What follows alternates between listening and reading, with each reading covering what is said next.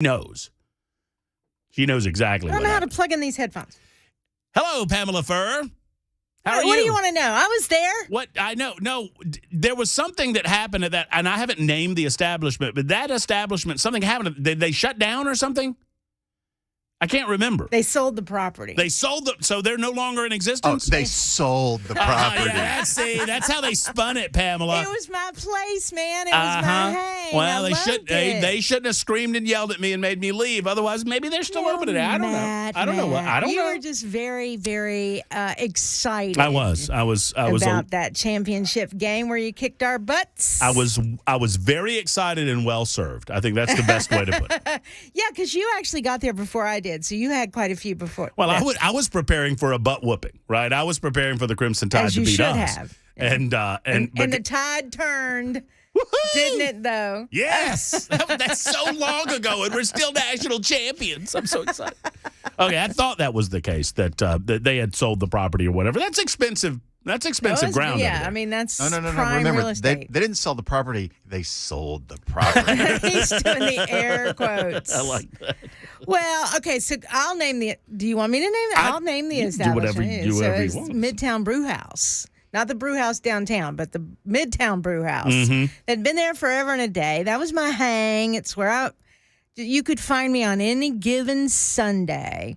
And I hate that what happened between you and a bartender. He whatever. just got mad at me for being loud and You told were me quite that. loud. But see, I was really loud. I admit it. I was. But here's what's so funny. I was very loud.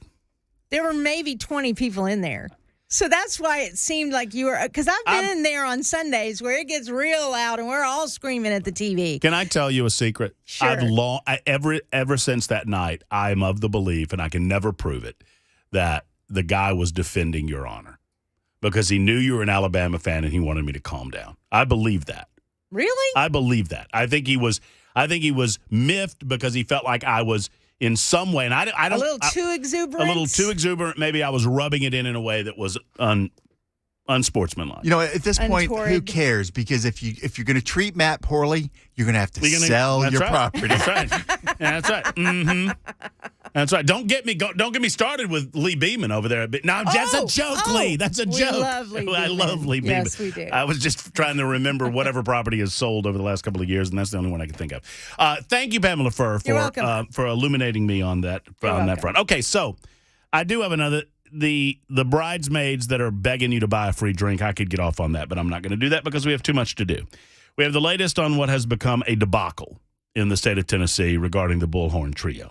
I will tell you about my afternoon yesterday. We will also talk about the Pentagon today and the Secretary of Defense. Speaking of debacles, my goodness gracious. The Secretary of Defense of the United States of America, what we are told is the greatest military on God's green earth, admitted that not only were secrets leaked onto the internet, that we didn't know about it until they saw it on the internet. That is a frightening proposal. Even more frightening, what it tells us about the state of affairs in Ukraine.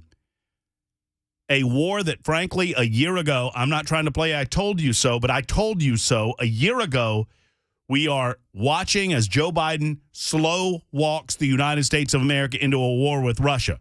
And a year later, how much closer are we to war? Well, there are boots on the ground, friends.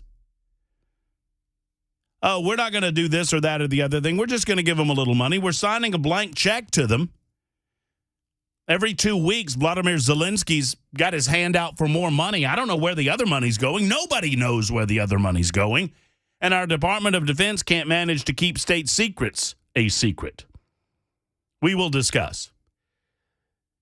Joe Biden has decided that not only does he want I'm missing a lot of them here, so I'm going to get you super texters to help me fill in on this. So Joe Biden wants your gas stoves. He wants your light bulbs. He wants your internal combustion engine. And there's a list as long as my arm of other things that his administration demands that you do to alter your life in the spirit of global warming, a.k.a. climate change. One of the more brilliant tactical maneuvers on the part of the political left was to change the verbiage, and they did it right there in plain sight about 10 years ago. We're no longer going to call this global warming because the globe doesn't continue to warm.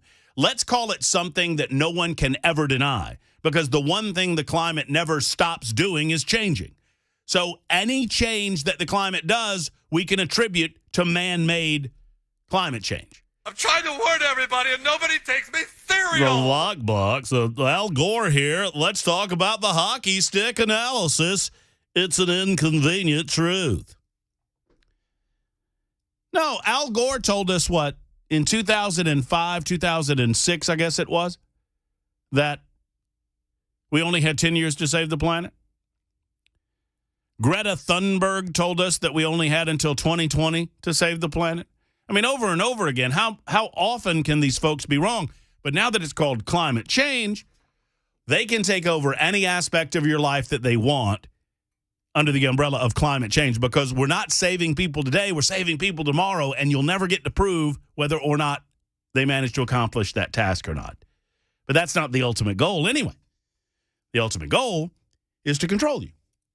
And that's what they want to do. And I have a laundry list of items as to how they want to control you under the Biden administration. We'll talk about it today.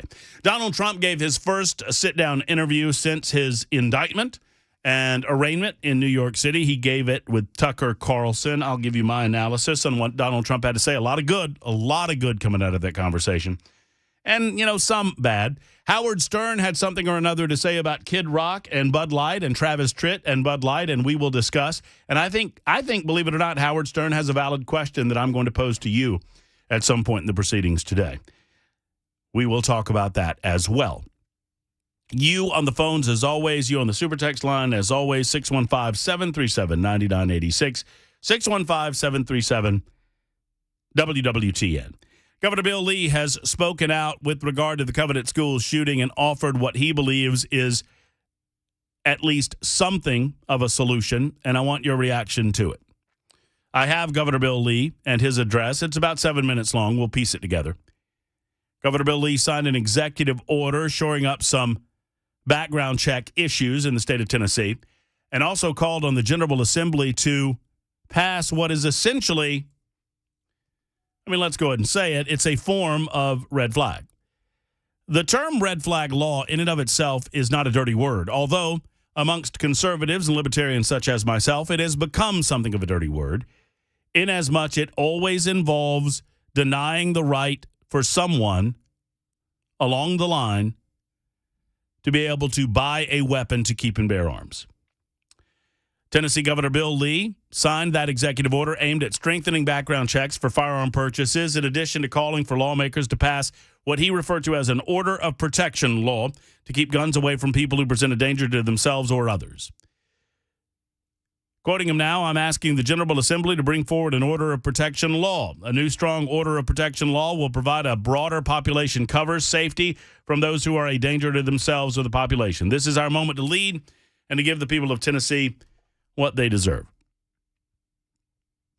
I have more from the governor, from his lips to your ears, coming up in just a moment or two.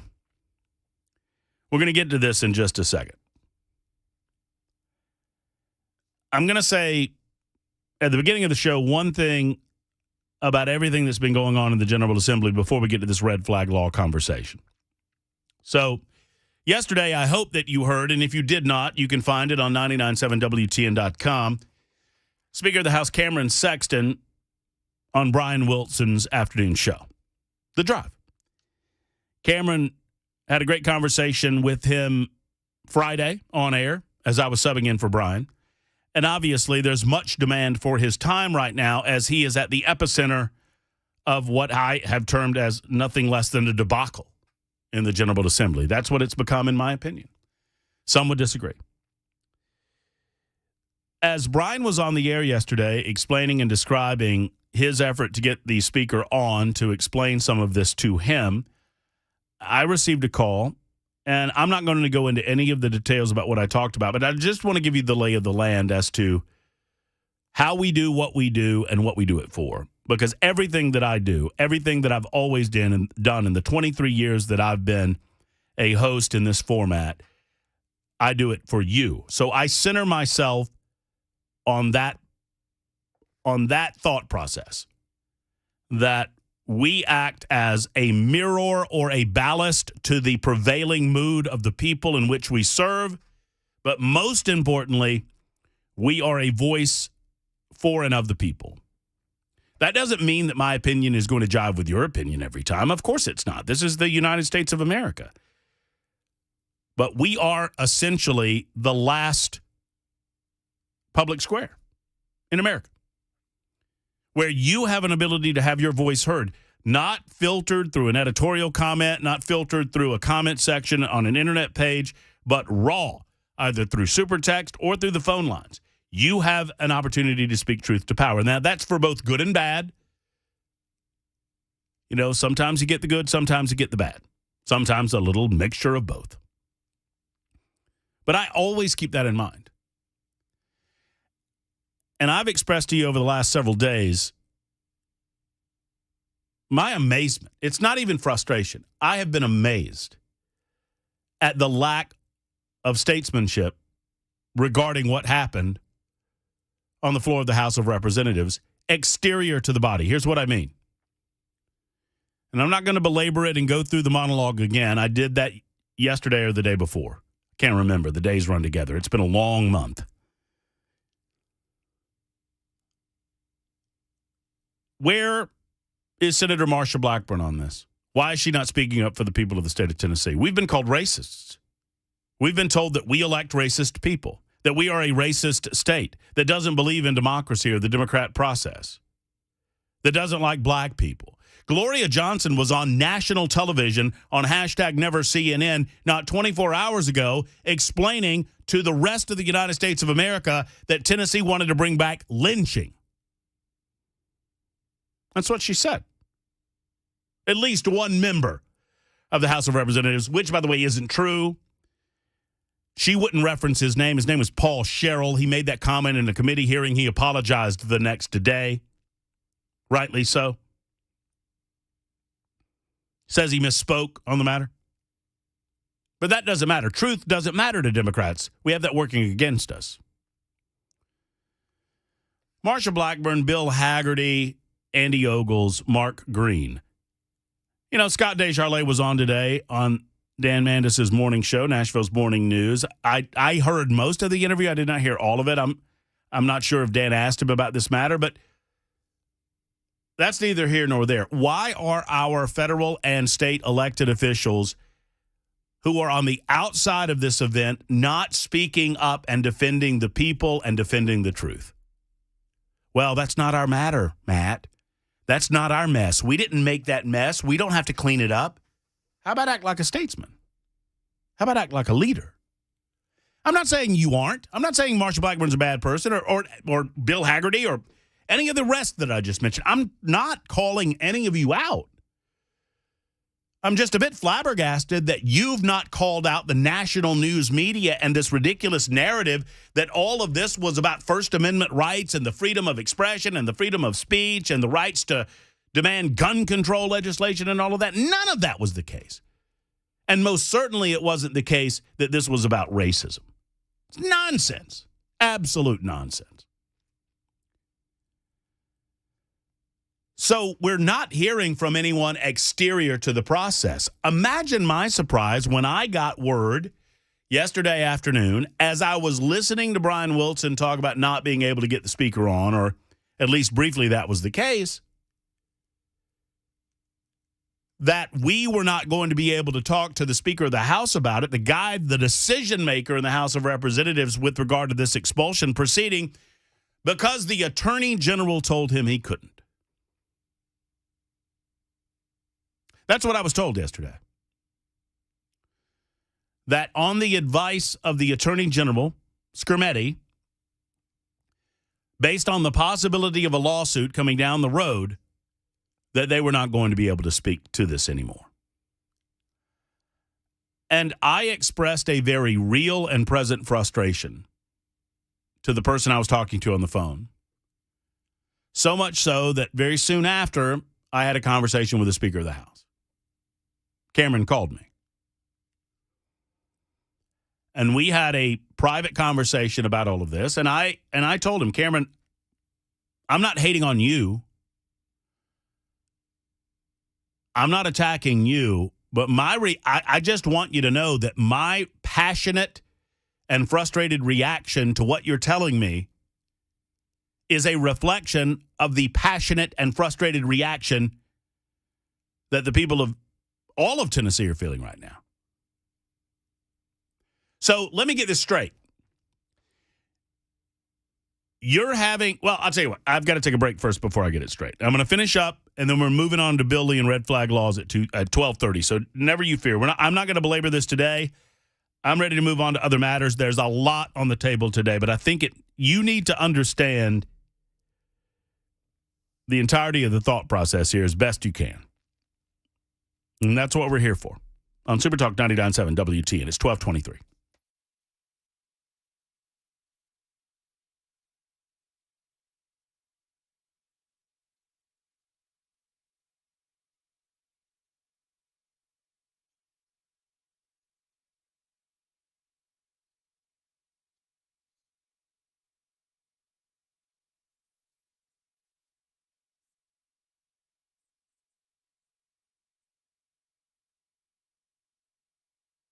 If you are the cook in your family, I want you to listen up for a moment here while I talk to you about something that I hope that you're doing already. And if you're not, you need to be. You need to be replacing those old spices that weren't very good to begin with delicious spices from Savory Spice. I encourage you, and I know you don't want to waste spices. So if you've got garlic salt or garlic powder, or if you've got any number of different types of blends or rubs or whatnot, I know that you don't want those to go to waste. But I'm telling you, if you want to up your food game, it's time to get to Savory Spice. There's 2 locations to serve you, and these are the finest spices. This is a locally owned company. Holly and David insist on the best spices, and they're constantly improvising and doing new things. They have a Caesar salad blend that you put together, and the recipe's right there on the bottle of Caesar salad blend. It's like the mix. You put this in with this and that. The wife made it, and it is dynamite. And it's vegan, too, which is pretty cool. So you vegetarians out there, vegans out there, it's perfectly fine for you. There's no anchovies in it, basically. I'm telling you, it's just one of the aspects of the Savory Spice experience that you have to see for yourself, and there's 2 locations to do just that. One's in the L&L Market. Go by and see those guys. Charlotte Pike in Nashville. The other in Franklin, just off the square. Up that food game by upping your spice game, and do that by getting yourself to Savory Spice.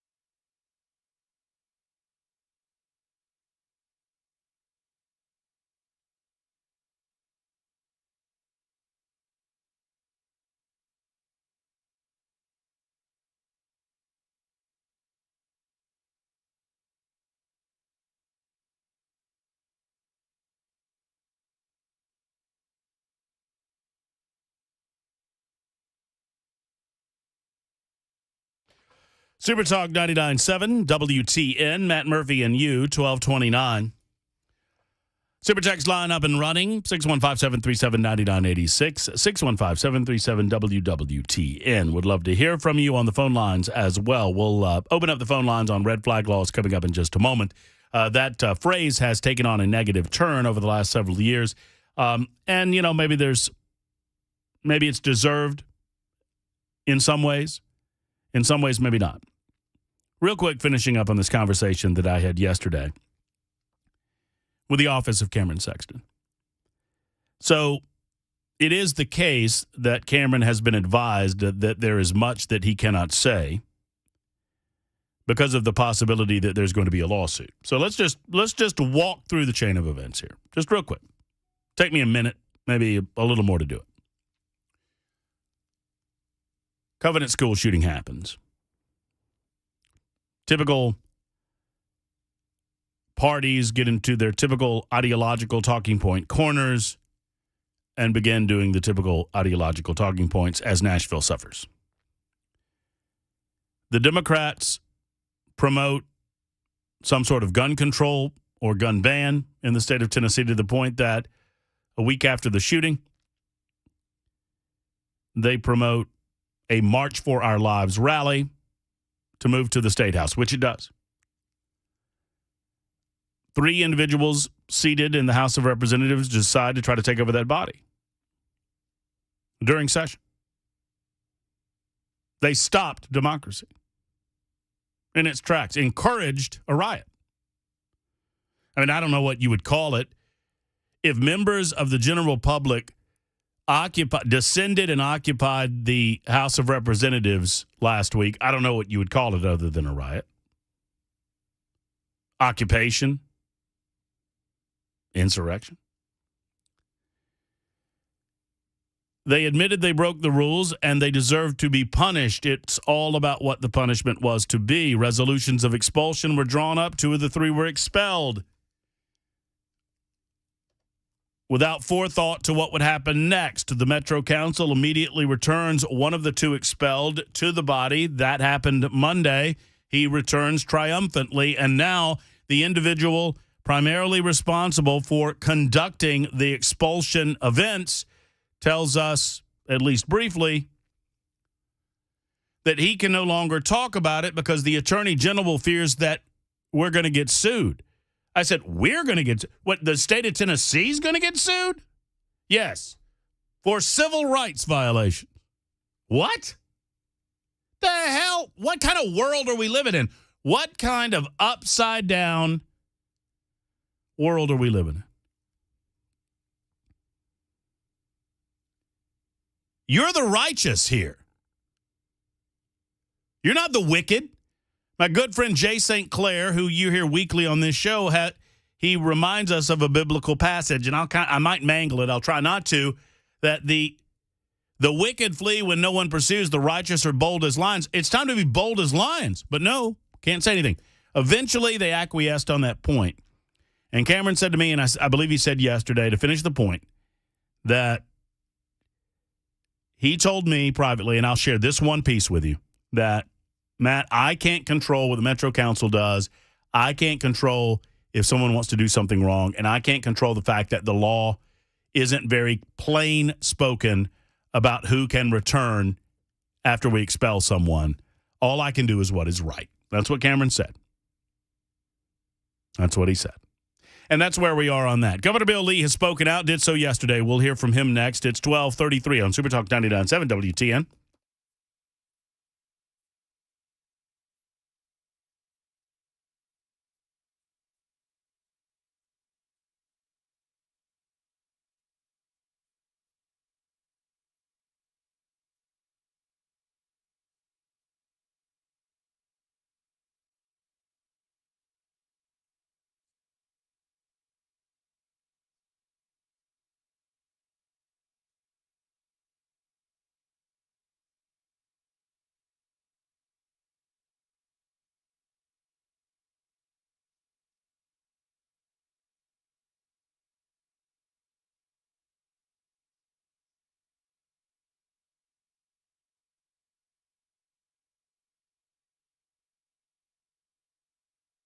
I'm as excited as I can be about my experience at the Glock store last week and what I know is to come. Friends, if you've not been to McGill's world-famous Glock store, it's time to go. They're about 4 minutes away from the airport. It is huge, 35,000 square feet. And Dan was walking me around the facility, and he took me through the shooting range, the 270 shooting range, and the other ranges. And, you don't have shooting lanes at the Glock store. Go ask them why. It's fascinating. They don't believe in shooting lanes. They have shooting spaces, shooting rooms. Secondarily, these are 4 dedicated tactical shooting rooms. Of course, they specialize in Glock handguns. They have highly trained gunsmiths on site. They have a huge selection of firearms, accessories, ammo, and performance parts. They have trainers for you. They'll install your parts for free when you buy them with them. Performance parts like pyramid triggers, tungsten guide rods, extended controls, and more. The employees are as helpful as they can be, but I am most excited about the training that I'm going to get and the training that I'm planning on getting for my wife. It's McGill's Glock store. Tell them that Matt Murphy sent you. You might not be a gun owner right now, but they can be your complete one-stop shop for everything gun ownership right there at McGill's Glock store. It's the Glock store on Airlane Drive, minutes from the airport, just off of Elm Hill Pike. Tell them Matt Murphy sent you.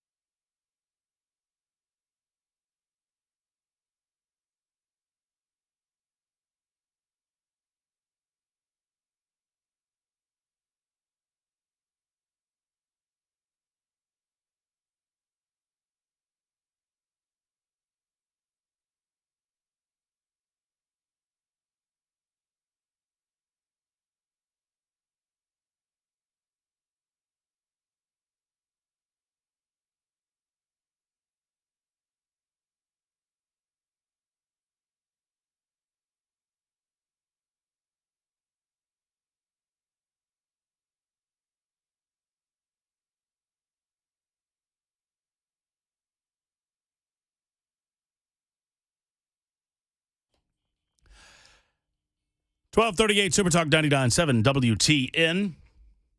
Matt Murphy and you till 3, the drive with Brian Wilson. At that time, Cameron Smith stopping by. Certainly by the 2 o'clock hour, maybe before. Sometimes he gets here a little early. I'm curious his thoughts on all of this and what we can do to avoid it in the future. Let me be clear on something real quick. Because I clarified this with, and I think Cameron clarified it yesterday afternoon with Brian. I had family coming into town, so I missed some of the interview with Brian and Cameron. Cameron is not under a gag order by the Attorney General. But the Attorney General has expressed to the Speaker of the House, amongst the rest of the body as well, that his opinion, not mine, they would be wise not to speak on this matter for fear of a lawsuit. So the bad guys do bad things. There's an attempt to punish them. Instead, the punishment is turned into a reward. There are no good outs or options. And now the people that did the right thing are fearful of a lawsuit, so they can't even talk about it. I mean, how many times can we lose over this one thing? How many times? 615-737-9986. Don is in the borough. Hey, Don, how are you? Hey, yes, sir. Hey, are the votes public as to why, the two Justins were, expelled and I don't know the white rep's name, but the Democrats turned it around and made it look like it was a race thing when it doesn't look like it was a race issue at all. I just wondered if the votes are public because she was not expelled by one vote. Yes, and the votes are public. There were 7 that voted differently between the two Justins, and actually there's a couple of differences in the vote, and I won't bore you with the minutia, but I spoke to at least 2 individuals. One was Jody Barrett, who's a freshman representative from Dixon. Jody Barrett voted to expel both Justins and did not vote to expel Gloria Johnson. She's the representative from over in Knoxville. His explanation was, and I'm not saying he's right, I'm just telling you what he told me on the air last week, is that he did not believe that her action, that one, she had legal representation, and he felt that was important, that she was taking the proceedings seriously. Secondarily, he said that he did not believe her actions rose to the level of expulsion because she did not use a bullhorn and she did not speak publicly at the podium prior to Cameron Sexton calling a recess. That was his explanation. Okay. Yeah, I've tried to listen to y'all's commentary, and I've got bits and pieces. I was just, wondering if maybe a Democrat voted, not to expel her to make it look like it was a total racial thing, and that's what I was just trying to find out. Well, no, sadly, the Republicans did this to themselves, and I say that understanding that Republicans don't like Democrats walk in lockstep. They're not lemmings, so oftentimes you're going to have Republicans thinking for themselves on some of these matters. Jody Barrett claims, for example, that it was his intention to vote to expel all of them, but he was compelled not to expel her because of her testimony that she felt like she didn't do anything wrong or anything expel-worthy. I thought it was an awful look. I think they all broke the rules, and you have to expel all of them or none of them. I'll give you one worse, though, Don. Brian Ritchie, who's a representative from Blount County, came on and said he voted to expel Justin Jones. He did not vote to expel the other 2. And I said, well, why would you vote to expel Justin Jones and not the other 2? He said, well, I didn't think any of it was – now, this is a Republican, by the way. I didn't think any of it was expel-worthy, but Justin Jones has an office next to me, and he asked me to expel him so it would raise his Twitter profile, and I honored his request. I'm not making this up, Don. That's what he said. Wow. That's what he said. Wow. That's amazing. That is just goofy. It's the stuff that goes on behind the scenes. Unbelievable. Yes, sir. Yes, sir. Hey, well, thank you for taking my call. I appreciate it. My pleasure, Don. Thank you for making the call. 615-737-9986. And then this, just coming out from WKRN, a group of Senate Democrats in Washington, D.C. are asking the Justice Department to look into the expulsion of these 2 lawmakers. They've made it a federal case, by the way.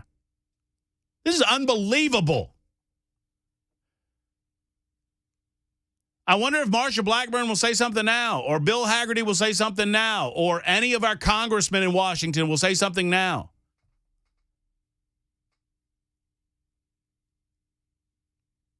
I can't. Andy's not coming on the show anytime soon. I didn't ask him. I did invite Mark Green. I heard Scott DeJarlais this morning. I invited John Rose. Both of them kicked me to next week, at least. I haven't been able to – well, it's not about me. It's about you. Remember that. Congressman speaking on this radio show, on this radio station, has nothing to do with me. It has everything to do with you. Anyway. And props to Scott Sapicki for going on the record. Yes, absolutely. And he's one of the few in the House of Representatives that's willing to do that. Senate Democrats Chuck Schumer, Raphael Warnock, Chris Murphy, Alex Padilla, Brian Schatz all sent a letter to Attorney General Merrick Garland to call on the Justice Department to investigate the expulsions of Justin Pearson and Justin Jones. The Justice Department. When are we going to stand up and say enough? Does this not rattle your cage? According to the article, the lawmakers urged the department to use, quote, all available legal authority in investigating the expulsion to determine if the move violated the Constitution or their federal civil rights. According to a letter obtained by The Hill, they pointed to the Nashville Covenant School shooting that prompted a group of 3 Democrats, you know the 3, to protest against gun violence. The letter said their tragedy shattered hearts across our country and galvanized Americans, particularly young Americans in Tennessee, to peacefully demand their legislators act. These deeply moving expressions of Democratic participation followed America's long tradition of peaceful, nonviolent protest, perfected during the struggles and triumphs of the civil rights movement. The lawmakers went on to denounce the move to expel Pearson and Jones as undemocratic. So they're actually arguing, don't make me go off on a rant here, Murphy, calm yourself. Oh, my goodness gracious. They're arguing that Democrats should have the right to do anything at any time they want to do on the floor of the House of Representatives in the state of Tennessee, while in the superminority, without regard for the rules. And if you challenge them, you are violating their civil rights. We live in a dadgum idiocracy.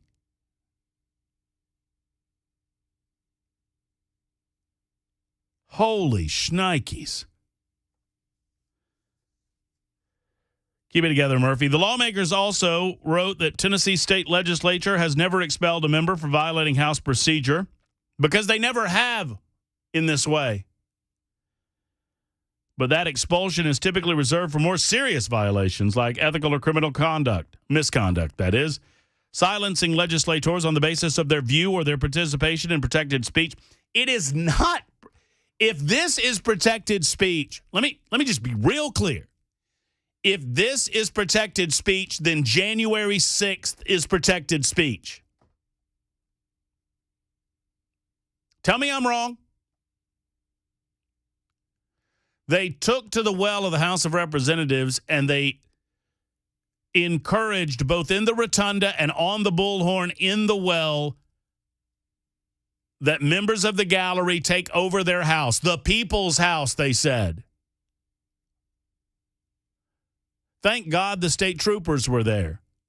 Thank God the members of the gallery and the members of the rotunda understood the ramifications of violating the rule of law in that fashion, as passionate as they may be. These folks are more, I would think that they're morons, but we're moving to a time and a place where we don't have any rule of law anymore.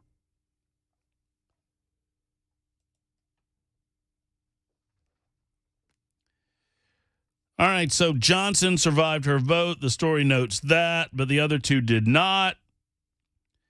The letter goes on in taking this. I can just hear Chuck Schumer in this letter, too, by the way.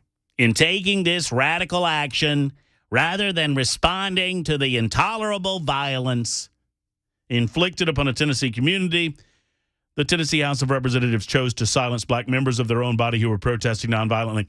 They took action. They passed a safety regulation, a school safety act that had been in the works for months. They bolstered that school safety. These people are liars. They know they're liars, and they need to be called out, not just by a talk show host, but by members of the United States Senate representing the state of Tennessee. The suggestion here is that we have a bunch of lawless, radical racists representing us. That means, by extension, they're calling you and I racist because we voted for them. The letter cited read, legislators have an obligation to take positions on controversial political questions so their constituents can be fully informed by them. We are deeply concerned that without immediate action by the U.S. Department of Justice, anti-democratic actors will only be emboldened, and we will see more troubling and more frequent incidents meant to unravel. The trouble here is that people like Cameron Sexton, and I'm going to defend him for a moment, they believe in the rule of law. Cameron Sexton believes that there are certain things he can and cannot do.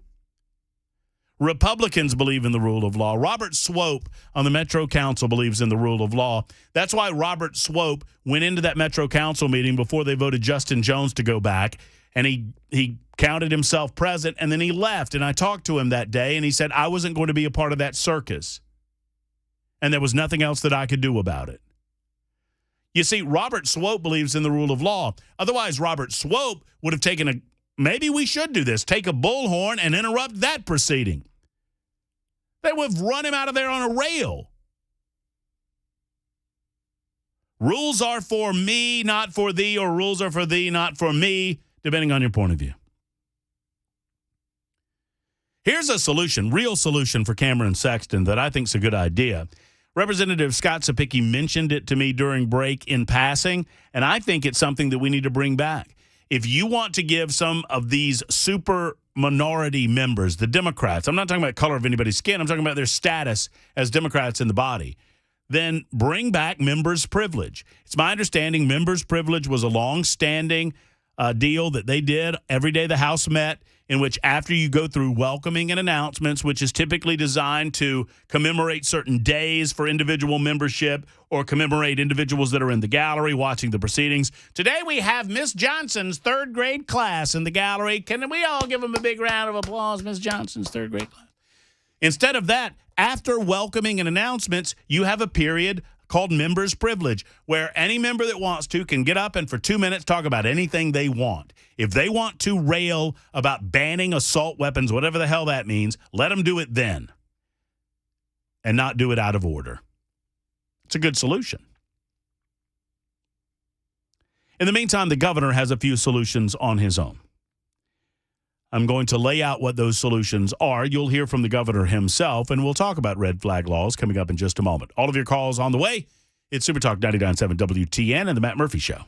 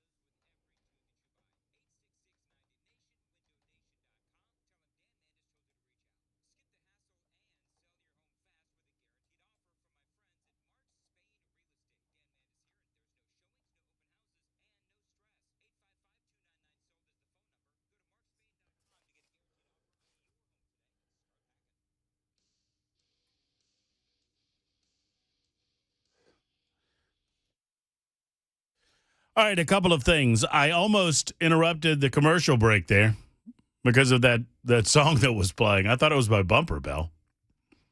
So Belle, with great amusement, Belle watches me put on my headphones and I turned on the microphone and I started to speak, and then I realized, is that a law firm commercial? And it was. It was a law firm commercial. They were singing. There was some hard singing going on. We'll get to your calls momentarily. By the way, you're invited to text us on the super text line. 0727, I think, has blocked us thanks to you, Belle, because you're fighting with him on there. And I wanted to say, no, I invite disagreement. He's like, you only want people that agree with you. No, I invite disagreement. Disagreement goes to the front of the line. If you disagree with me on anything, just tell Belle and I'll go to your call first. That's how much I enjoy it. He's not lying. I disagree with him all the time, and he puts everything right off to to the front talk of the to line. me. That's right. Right to the front of the line. There you go. All right, still to come, red flag laws in the state of Tennessee. What do you mean when you say red flag laws? What do they mean? We'll talk about it next.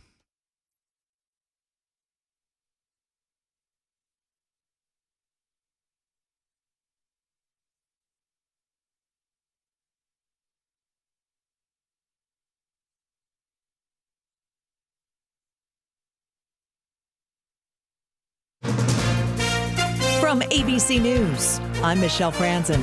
In Memphis, Justin Pearson joining marchers outside the National Civil Rights Museum. Show me what democracy looks like. Holding a rally in March to the Shelby County Commission ahead of a key vote on whether to reinstate him to the House seat. In this sacred place, we showing the United States of America and the Republicans in Tennessee that the movement is still alive. State lawmakers voted to expel Pearson and Justin Jones over their support for gun violence protesters who interrupted a House session. Jones was reinstated earlier this week. Record heat is moving across much of the country. A wildfire in southern New Jersey is now 50% contained. Residents of Manchester Township were forced to evacuate. ABC News meteorologist Samora Theodore has more on the searing temperatures nationwide. 40 million people under fire weather alerts, 21 states. This stretches from Boston to Philadelphia, Chicago, Lansing, Michigan, down into Omaha, over into Denver, even as far south into Tucson. There we have fire weather.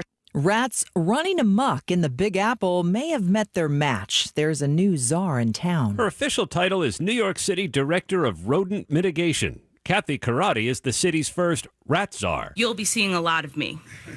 And a lot less rats. The former teacher and land use expert was chosen from 900 applicants to rid the city of rats. Fighting rats starts with fighting litter, garbage, and food waste. This has been an obsession with the mayor, who has said rats impact how you feel about the city. There's already been a push to put more trash in bins and to limit how long garbage bags can linger on the curb. Aaron Katursky, ABC News, New York. Core inflation showing signs of cooling. New data shows consumer prices rose to its slowest in nearly 2 years. You're listening to ABC News.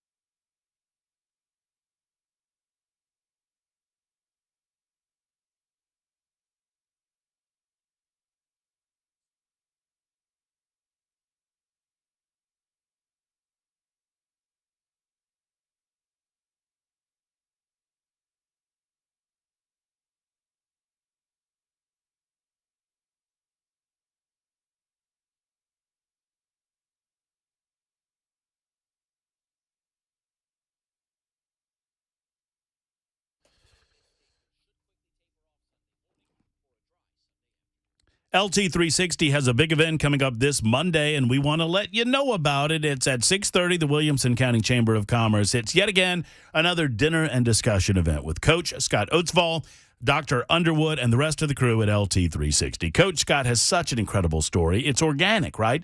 He was sick and tired of being big and tired. And then he had a major life-threatening medical event in his life. And he decided that he was going to get healthy the right way, the cellular way, and he was going to do it by eliminating the bad out of his life, including pharmaceutical drugs. And he has done it. Coach Scott looks great. The team looks great. I look great. You could look great.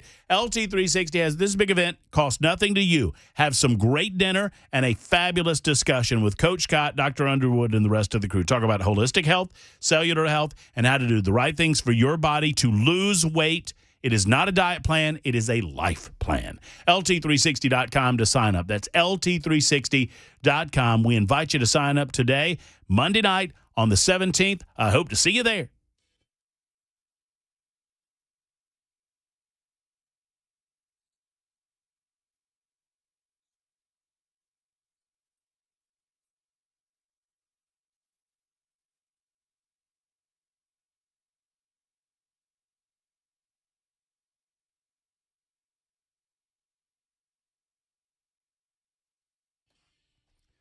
Here we are. Here we go. It is the Matt Murphy Radio Show on Super Talk 99.7 WTN. Would love to hear from you. 615-737-9986. Toward that promise, we'll get to some of your calls this hour.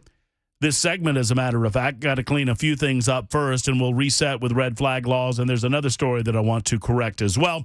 Before I correct anything else, I need to correct ABC News. You listened. I was told, some are calling me Cousin Matt. I was told that Uncle Phil would, on occasion that he would listen to ABC News, he would have an ABC News correction time during his show. Is that not the case? Many of you longtime listeners more than would once. know. Well, it's time for us to correct ABC News because as we were listening, I didn't catch it. I was doing something else. Bell K behind the glass caught it and said words that I don't think we can repeat on the radio. What did they say? They said that the two individuals, the two Justins were expelled for supporting the gun rights, the gun control protesters. Think about that. This is how democracy or a representative republic dies. If you do not have an honest fourth estate, they are being intentionally dishonest to you. And if it doesn't piss you off, it should. It should. Even if you're a Democrat, if you're a bleeding heart, tree hugging, flaming liberal, it should tick you off. Question. You're here in the state of Tennessee. You're in Middle Tennessee. You're listening to Matt Murphy right now. You're informed. You know what's going on. Were the two individuals in question, Justin Pearson and Justin Jones, expelled for supporting gun control protesters? No! No. That's what ABC News just puked out over the rest of the country.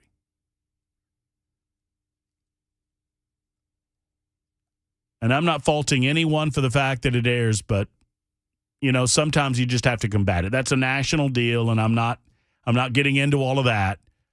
One of these days, we'll have our own good local news folks back at the 1 o'clock hour, and we won't have to listen to it anymore. But that said, I just correct it so that you know that it's not true. I told someone the other day, and I'll get to your calls here in a moment. I've seen this from time to time when we cover very explosive local stories that explode nationally. When often the national narrative distills things to the point where you don't recognize them when you see it on CNN. #NeverCNN or ABC or NBC or CBS. I went through this several years ago. In 2017, there was a special election for a U.S. Senate vacancy because Jeff Sessions was appointed to become the next Attorney General of the United States under the Trump administration. Jeff Sessions was senator in Alabama. And it got down to two candidates, a very flawed candidate in the name of Roy Moore, the Republican candidate, and another, Doug Jones. And in one of the reddest of the red states in a special election, Doug Jones won that election. But let me I'm getting ahead of myself. We covered that intimately in the state of Alabama, as you might expect. The miscoverage of that special election on the national news was astounding to me. The miscoverage of what's going on here now is astounding to me. And don't tell me they don't know better. They do. They know very well that these two people were not expelled for supporting gun control protesters. They were expelled for an egregious violation of House rules for shutting down the day's House Assembly and attempting to have individuals in the gallery occupy the House. Excuse me, especially for those of you on Super Talk TV, I just sneezed on you.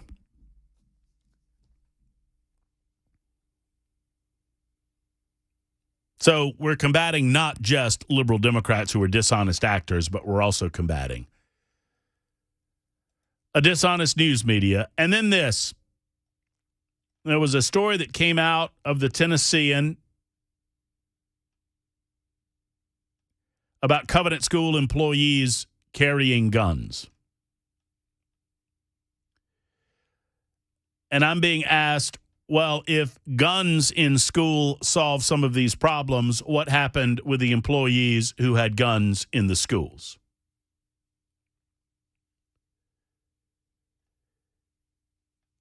The Tennessean wrote this article on March 30th. It was updated on March 31st. Covenant School employees said staff members carried guns. A person hiding under the desk during the shooting at the Covenant School told a 911 dispatcher that 1 or 2 staff members carry guns. At 12:05 a.m. Monday, a woman calling from the office of the nursery said, "We do have a school person or 2, I'm not sure, who would be packing, whose job it is for security. We don't have any security guards, but we have staff."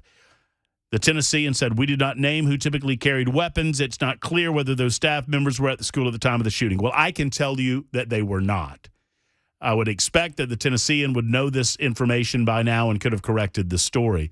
It is my understanding that the staff member, the teacher that was authorized to carry a gun on school premises, was on vacation that week and was not there.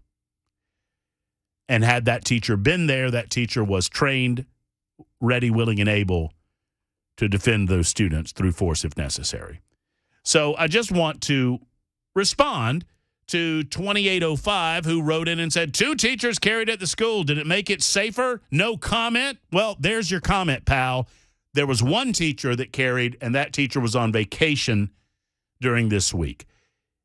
It is believed to have been a horrible and horrific and tragic coincidence that the individual chose to attack on the week that that person was on vacation. I hope that that answers your question.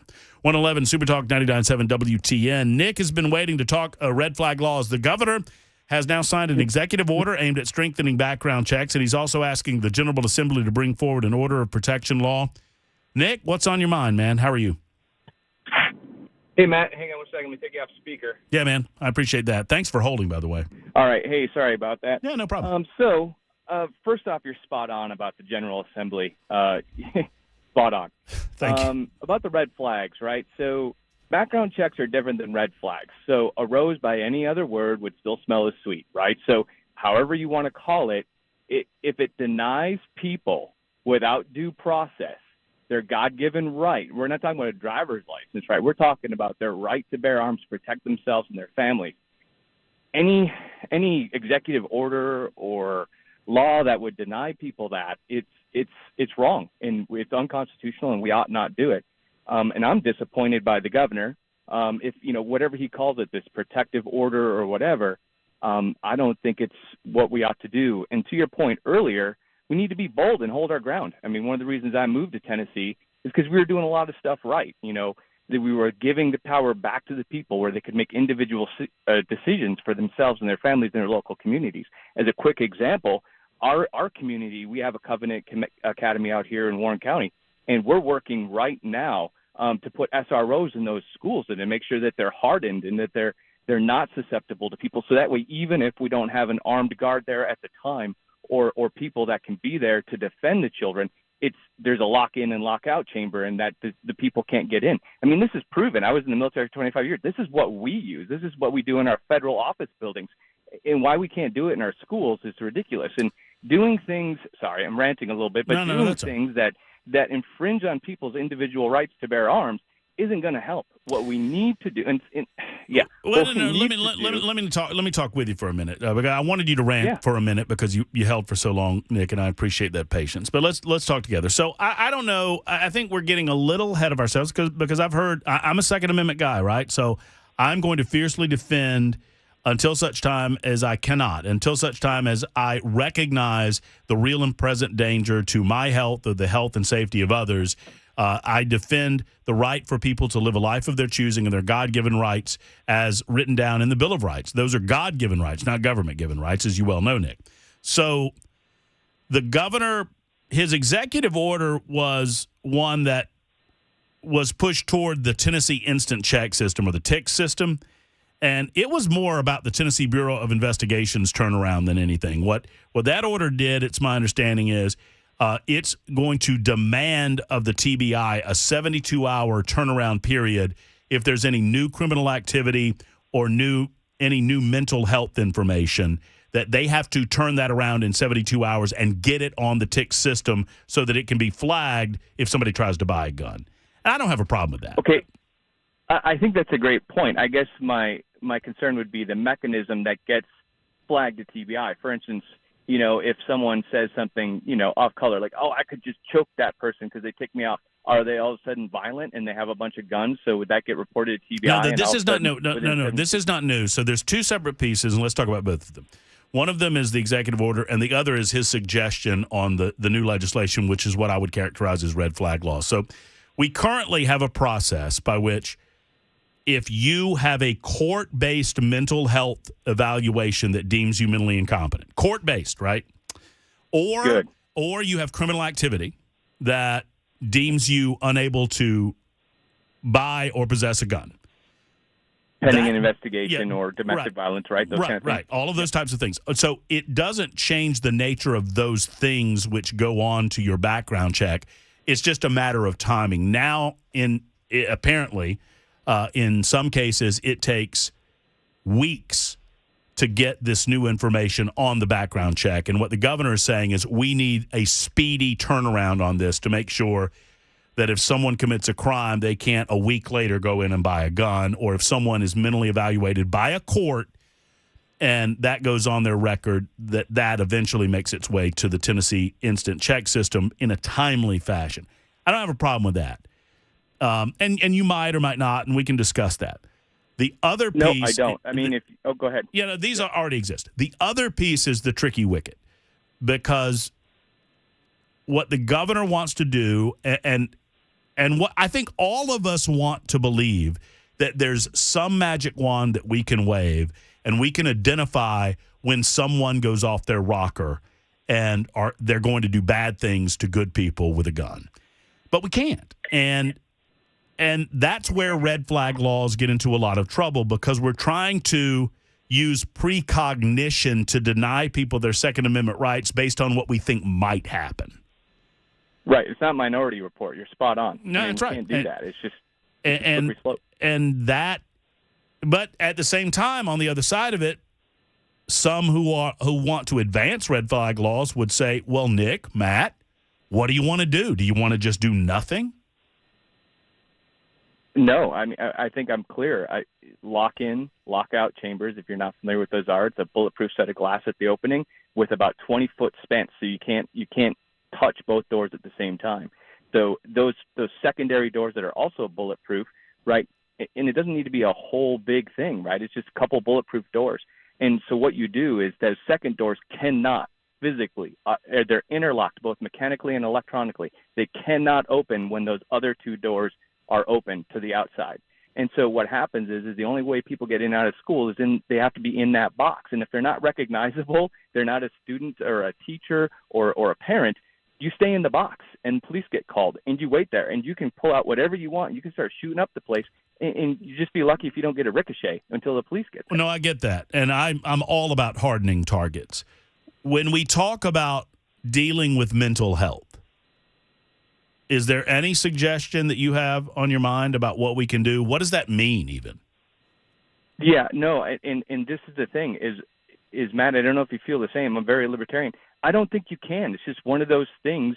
You can't, if someone hasn't gone through due process and been denied their rights through due process, we have to live and let live. Instead, we have to understand that there will be these tricky people that slip through the cracks, and we have to harden the targets that are most valuable to us. All right, let me throw this out at you. Devil's advocate, right? I'm not saying I advocate this, but this is what someone who might be debating you would say. What about a temporary risk protection order? So something that gives family members or law enforcement the right to go to a court, not just sign off on it themselves, but go to a court and petition a court for a protection order that gives law enforcement the opportunity to temporarily remove weapons. So there's a lot of details there that need to be unpacked, but on its face, I would say no. I mean, not everyone's family is on good copacetic standing. I know people who, people are very vindictive and more so against their family than strangers. And so people would do and say things to get back at each other. In the military, I had a lot of young men and women who went through divorces, and some of these people would say things that were just out and out lies at these court hearings and stuff like that to try and win custody battles or try and hurt children. And once we start denying people their rights to defend themselves, even for a short period of time, because of what someone else says without going through the actual process of proving beyond a reasonable doubt before a jury of your peers, I think that's a really slippery slope. Instead, I think that's wasted energy. I think we're much better served looking at ways to harden our schools. I don't like my representatives in government offices very much, or in state offices, I'll be honest with you, but guess what? They are some of the most well-protected people on the planet. Why aren't our children? This just doesn't make sense. No, I mean, on the hardening of schools piece, I agree with you 100%. Here's the response you're going to get from the other side, and I just want you to react to it. Someone is going to say, well, what Nick is saying is we just have to accept that there was nothing that you, Nick, or I, or anybody else could have done to prevent the transgender shooter from going and buying a gun and owning weapons before she decided to shoot up a school. What's your response? My response is you can't prevent a lot of things. You know what? We could put everybody in bubbles.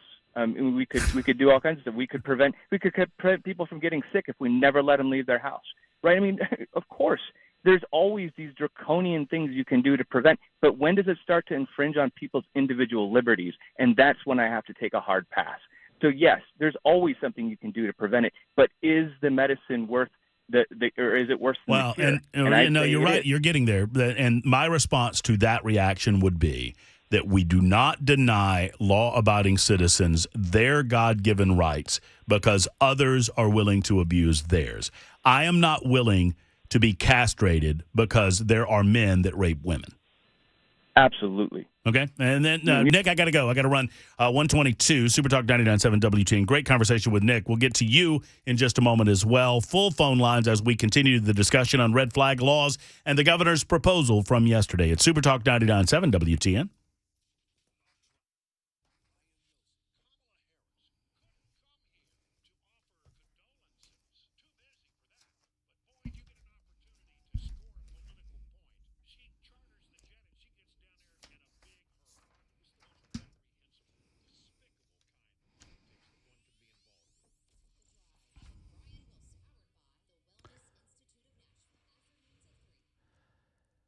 Hey, friends, it's Matt Murphy, and I want to talk with you about preborn. Here's how preborn's networks of clinics responds. They respond out of love, compassion, and with free ultrasounds. Let's talk about it. They meet mothers with unplanned pregnancies where they're at. They shower them with the love of God. They reach their heart. They reach the heartbeat and the soul of both the mother and the baby, and it is absolutely life-changing.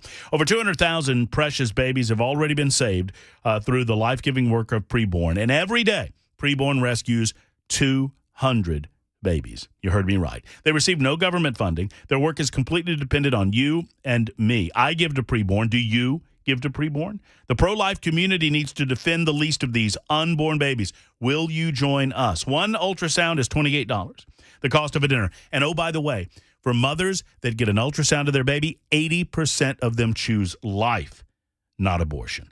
Someday you might meet that baby that you rescued. To donate, just dial pound 250 and say the keyword baby. That's pound 250, keyword baby, or go to preborn.com/Matt. That's preborn.com/Matt. Your love can save a life through preborn.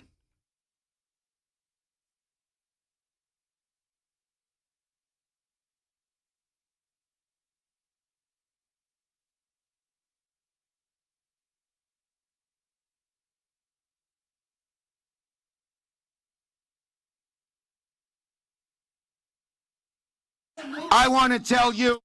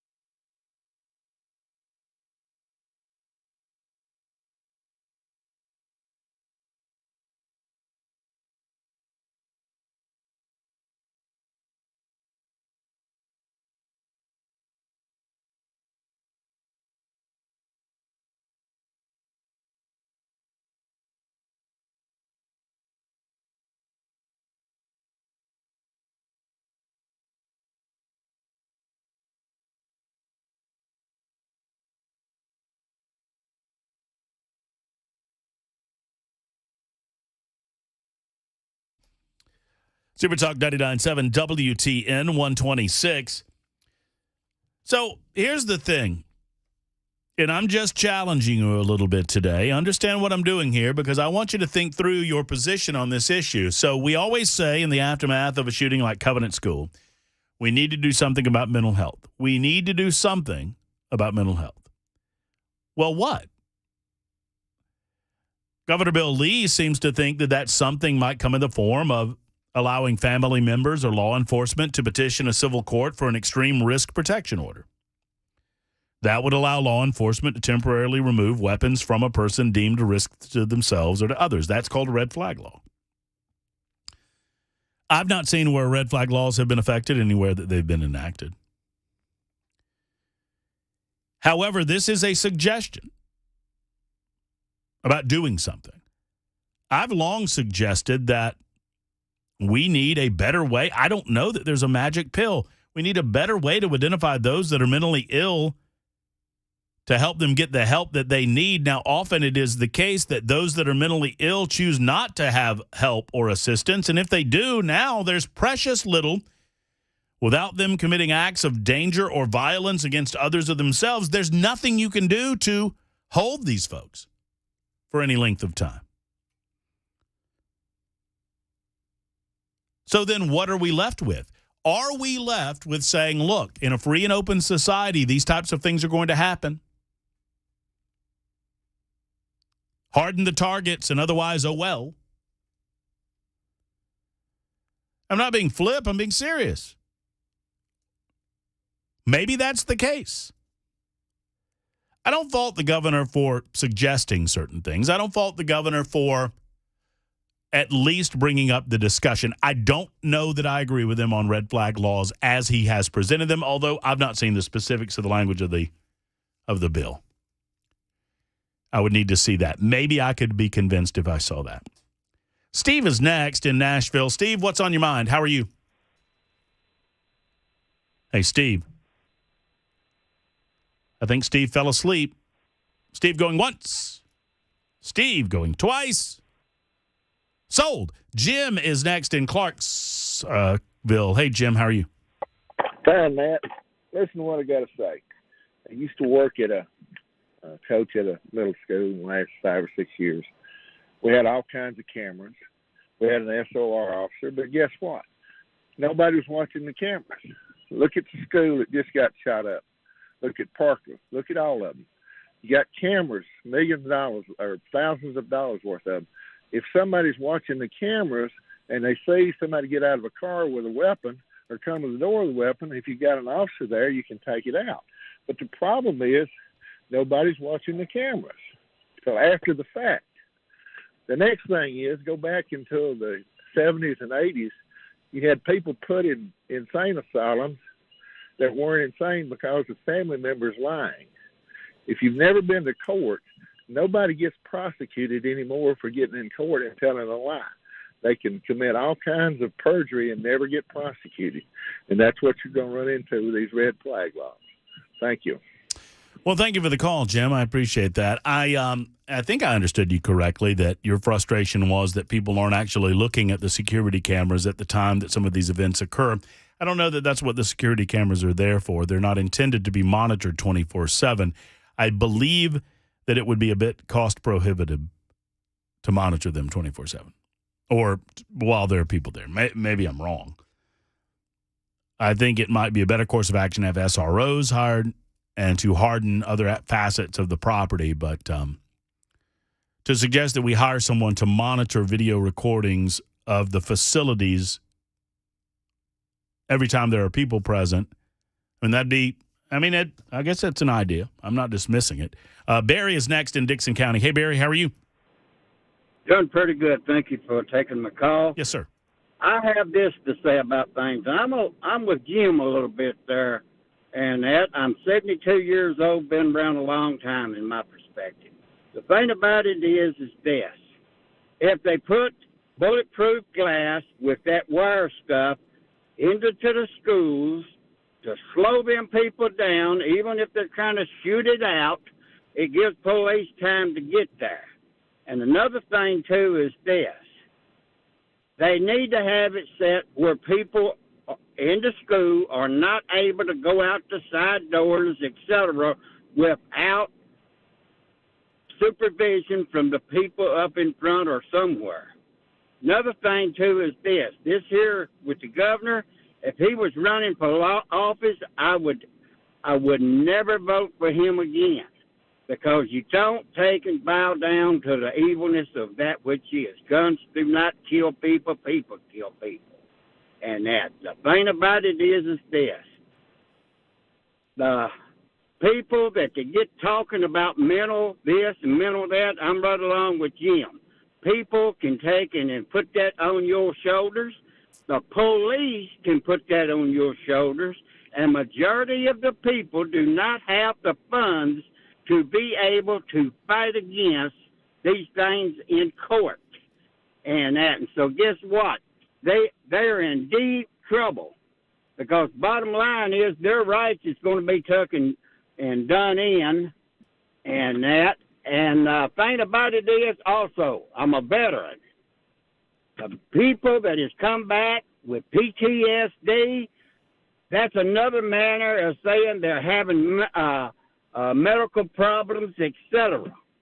And that. So guess what? We're going to eliminate our veterans from being able to have a gun and that.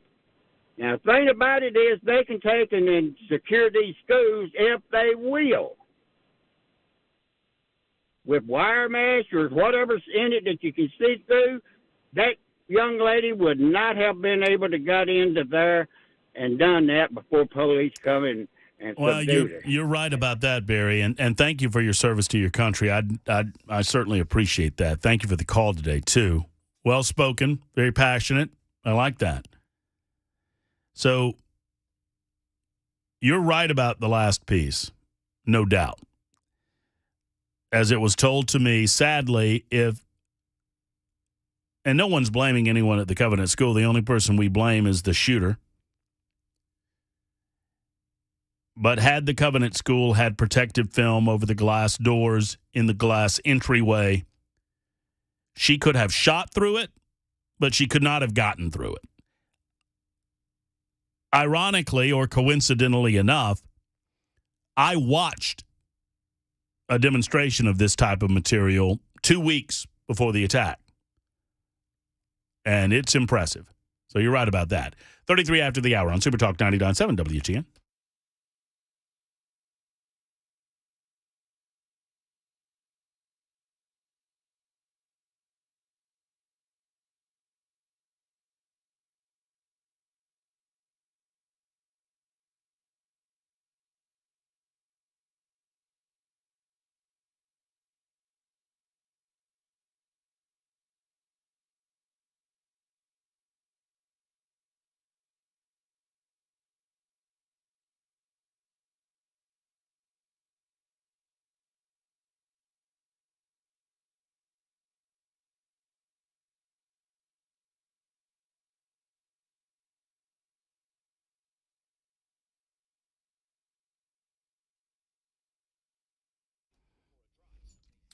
It can be hard to find someone you trust when it comes to large home repairs, such as your AC unit. Have you taken me up on my offer and your opportunity to have your AC maintenance? Jeff Eddy wants to do that for you. He's got a tech ready to go. I mean, he's got a lot of techs, and he's got a lot of jobs, but he can get there for you to maintenance that AC to make sure that it's running as it should in the summertime months.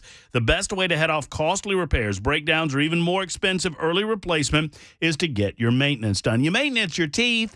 You maintenance your car. Why aren't you maintaining that AC unit? It's a low-cost point, $125 no matter how big your system is. Maybe you have multiple units. That's okay. You'll never pay more than $125 with Jeff Eddy and Efficient Heating and Cooling, and oftentimes you're going to pay less than that. Plus, if it's time, he'll tell you, and you can trust him. He's not going to lie to you. I mean, some will, Jeff won't. Jeff Eddy, Efficient Heating and Cooling. Efficient offers free financing on your next unit. Plus, they're a diamond contractor with Mitsubishi Electric, an elite pro partner with Rheem. EfficientHVAC.net or call 615-784-4424. 784-4424 for Efficient Heating and Cooling.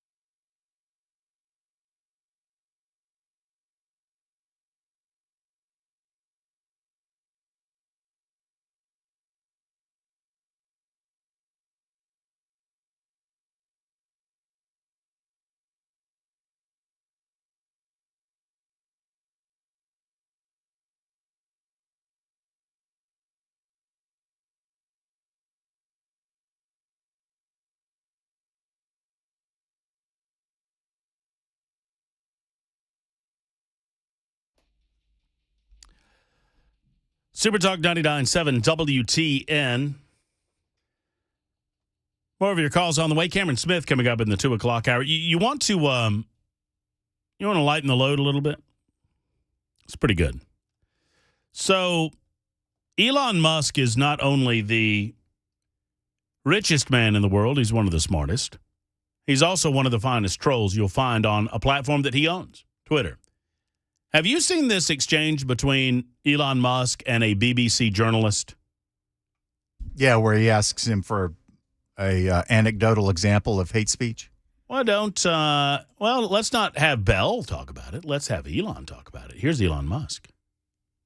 What do you mean to describe a hateful thing? Yeah. I'm going to restart it because I started it early. That's on me because I was playing ridiculous amounts of video a minute ago. Content you don't like or hateful? What do you mean to describe a hateful thing?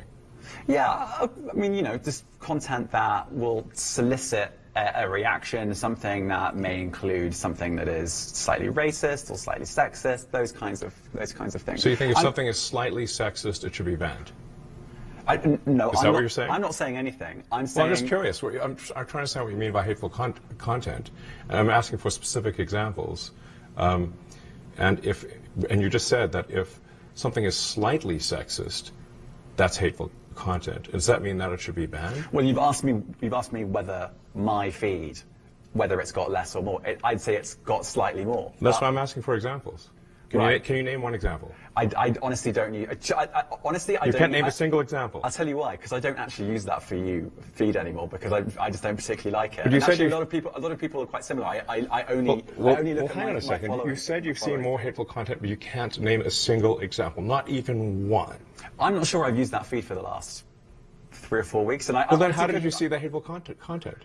Because I've been using Twitter since you've taken it over for the last 6 months. Okay, so then you must have at some point seen for you hateful content. I'm asking for one example. One. And you can't give a single one. And I'm saying I say, sir, that you don't know what you're talking about. Really? Yes, because you can't give me a single example of hateful content, not even one tweet, and yet you claimed that the hateful content was high. Well, that's false. No, what I claimed... You just lied. What I claimed was there are many organizations that say that kind of information. Oh, there's other people saying. Now, whether it has on my feed or not...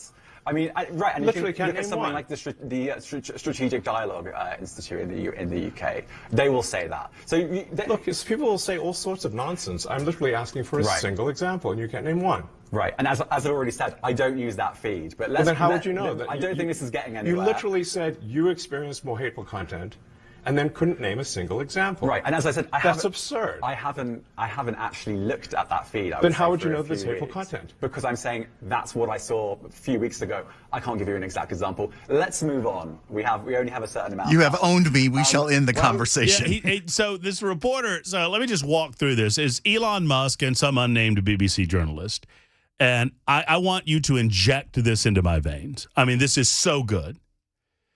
This is what we need more of with these journalists. I want to know who the ABC reporter was at the top of the hour spewing that nonsense about they were expelled from the body for supporting gun control protesters. No, they weren't.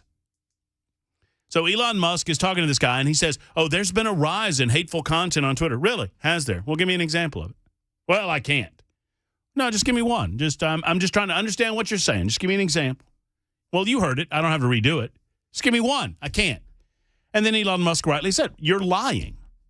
You initially claim that there's been a rise in hateful content. Then you admit that you haven't looked at the platform in 4 weeks or whatever. And even before then, you can't tell me of one example of quote-unquote hateful content. You, sir, are a racist. Apparently so. I mean, I love this. And here's the kicker. If you want the kicker, let me give you, there's the shot. Let me give you the chaser. So the guy says, we need to move on. I've got much more to get to, and I have a limited time. The journalist, they had allotted like 40 minutes together, and he cut the interview off 20 minutes early. I just thought you would enjoy that in the midst of all of this frustration and consternation about red flag laws in the state of Tennessee, et cetera, and Governor Bill Lee.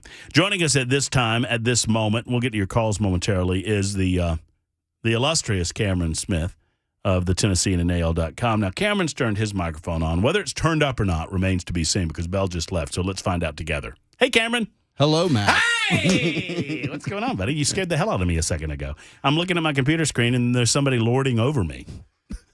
I didn't like it. It could have been the great Dan Mandis, just lurking in the shadows. Mm-hmm. Yeah, you're better coiffed. I'm a little bigger than Dan.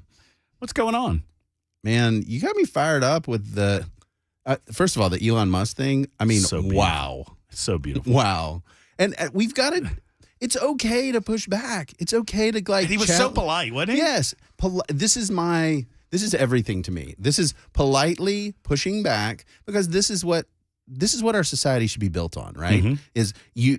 Many people say a thing. Well, give me an example. Well, I can't. But many people do. No. Hateful. And he said, well, it's a little bit of sexism. He said, what did he say? Hold on. I got to redo it because I want to hear it again. Content you don't like or hateful? What do you mean to describe a hateful thing? Yeah, I mean, just content that will solicit a reaction, something. So all content. Something. So he defined hateful content as content that solicits a negative reaction from someone else. So I need to shut my Twitter feed down right now. It's literally any kind of content could fit that description, right? Because there's going to be somebody that has their little snowflake feelings hurt somewhere. Play it a little more because he says a little sexist, slightly racist, or slightly sexist, those kinds of things. Slightly sexist, slightly racist, or slightly sexist. You know, just a little. And I'm like, really, man? Who the hell defines that? And I think that's the deal here. Is there's this orthodoxy out there that doesn't have a standard, and that we're expected to comply with it. And if we don't, we are unrighteous. We are unwashed. We cannot be redeemed. I'm like, whoa. And this is all Elon Musk does. Is he says, tell me more. And this guy falls all over himself. Mm-hmm. And that happens all the time. And I'm doing it right now with my column that went out there about this gun thing, protesty, expulsion, whatever you want to call it. Yeah, right. That column elicited this response. They're like, how dare you compare January 6th and this event? And I said, well, okay, I made some distinctions. Obviously, those matter. But when is it okay to disrupt a legislative proceeding? Right. Is it when you like the disruption? Like, tell me more. And it's just been like, F you, blah. And I'm like, really? And I revert back to, and you may have heard me talking about this earlier, Cameron, I've not heard one word from Marsha Blackburn or Bill Haggerty about this. And I want to know where they are defending the state of Tennessee, not the House of Representatives, not Cameron Sexton, you and me. Because we're being accused, by extension, of electing racists that went to that body for the express purpose of booting these guys out because they were black. And now you have other senators, Schumer amongst others, who are demanding that Merrick Garland, the Attorney General of the United States, look into the state of Tennessee for civil rights violations. Yeah. And this is where, we were texting the other night, and I got fired up because I'm like, if we don't push back and we don't say, wait a minute, you're telling me that everyone in the state of Tennessee is a racist bigot who likes children dying because of guns. Really? You want to go with that? And the answer is yes. And the silence has been deafening from Republican leaders. It's frustrating. So sorry. Yeah, go ahead. No. You're on the right track. Go. Justin Pearson has been reappointed by the Shelby County Commission. Well, that's breaking news. It is. That was just for you. I know you were right to get in there. You were right to do that. Yeah. I know. We knew it was going to happen. I knew. I debated whether or not. Yeah, well, I get it. No, so they just did that. So they'll get back in their car, and they're, I guess, unanimous. By the way, do not feel guilty. He owes you a bunch of Mac attacks. That's so true. That's true. But this is where we are. Is this whole thing happened? And I'm trying to get what we get out of it other than smeared publicly across the country and watching our elected officials kind of say, well, we're just not going to talk about it anymore. Well, I went off on a staff member for the Speaker of the House for reporting to me. I mean, he was just the messenger. Sure. And he did not deserve my reaction. But I told him, I said, understand something. My reaction to what you just told me is going to be the reaction for the entire state of Tennessee. Mm-hmm. And you need to know how Tennessee is going to react, because I got a call yesterday afternoon saying, hey, the Speaker of the House can't talk about this anymore because under the advice of our state Attorney General Scarametti, he doesn't need to talk about it anymore. And I'm like, you have to be kidding me. Now, that led to a conversation with the Speaker of the House. About 3 minutes later, he called me and said, hold on, I need to explain this to you. And his explanation is all and well and good. Okay, he says that he can't control the actions of what I would call bad actors in all of this. The Metro Council. He said, I can't control how the Metro Council reacts. All I can tell you is if this didn't merit expulsion, I don't know what did. What's frustrating to me beyond that conversation is that we don't have individuals in higher positions of authority like Blackburn, like Haggerty, like others demanding time. They should be clamoring at these doors saying, no, you cannot tell me the very people that disrupted democracy are the defenders of democracy. That's not how that works. But nobody does it. Yeah, well, this is the problem, because we don't want to keep this in the news. It's in the news cycle. It's going to keep going. It's because Democrats love it, right? They're like, this is a win. They think they're winning. They're winning. They have no morals, no ethics, and they think they're winning. But yes, so they continue. And where Republicans are like, well, where's everybody? I guess we won't drink Bud Light. But that's the amazing thing. So they what frustrates me is you didn't start this. Right. But you acted in a fashion that seemed to me to indicate that you were going to finish it. And then as soon as you got into the arena, all you're looking to do is a way out of the arena. Yeah. Because that's what lawmakers are looking for right now. They're just looking for a way out of this story. And this is on the – and I want to say, this is on the Speaker for not leading here. Because if we were going to get to a point where we basically were doing a censure, we probably should have just done a censure. If it was this merits expulsion and here's why, and we're going to defend this decision publicly, okay, cool. But that's not what's happening. And here's what I don't understand about my conversation, and I can't speak much about it because I like Cameron, and I'm going to try to honor the off-the-record nature of my conversation with Cameron Sexton, and we'll have him on again to talk about it. But he said that under the advice of the Attorney General, they made the decision not to challenge the seating of Justin Jones.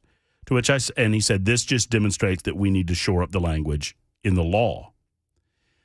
And my confusion is, well, isn't the way that you figure out where a court's going to be on the language of the law is to challenge it in court? In other words, the only way you're going to find out what a court thinks the law says about all of this is to say, no, we're not seating Justin Jones because he's not a successor. So you need to appoint a successor, which is a different person, or we'll see you in court and we'll figure out what the law says about all of it. But instead, they didn't do that. Right. So it's not going to be decided in a court. We're not going to know for future reference what is and is not. So the point I made about a failure of leadership, it stands. Yep. Because this is a situation where they're willing to dance. They got Eric Holder sending letters, man. They are ready to go. And what it says is you don't have the moral courage to take the position that they do. Strong. There's Cameron Smith. He'll be with us for the next hour as well. Your call's coming up with Susie and Robert. David is out there and one coming in on line 3. It's 152 on Super Talk 99.7 WTN.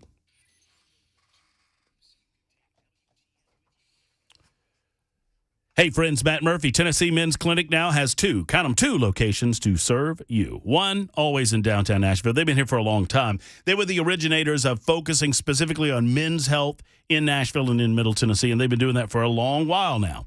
And, yes, they can help you. Gentlemen, if you're feeling sluggish or run down, if you don't have energy to complete tasks or go to the gym or maybe it's bedroom activities that you're concerned about. Now, I understand that's a major concern, and low testosterone can lead to those types of things. It's time to get checked. It's time to get in there. For less than $100, we'll get you a complete examination. They'll look over you from tip to stern, and they'll get some blood work done so that we can see where you are on many of these aspects. And they can give you a prescription for success. Now, if it's another matter, if you're okay with the levels, they'll tell you that too.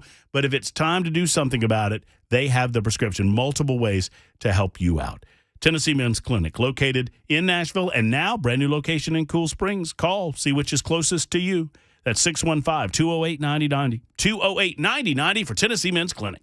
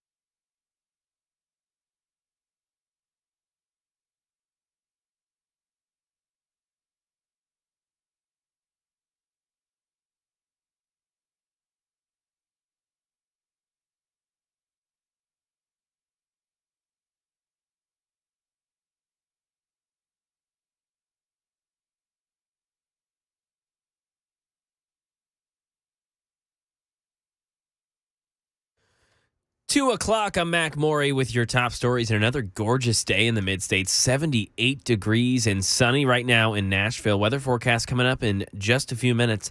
The Shelby County Commission has just voted to reinstate Justin Pearson as the representative of the 86th District, and it was a unanimous vote. Ahead of that vote was a march in support of Pearson, starting at the National Civil Rights Museum over to the County Administration Building.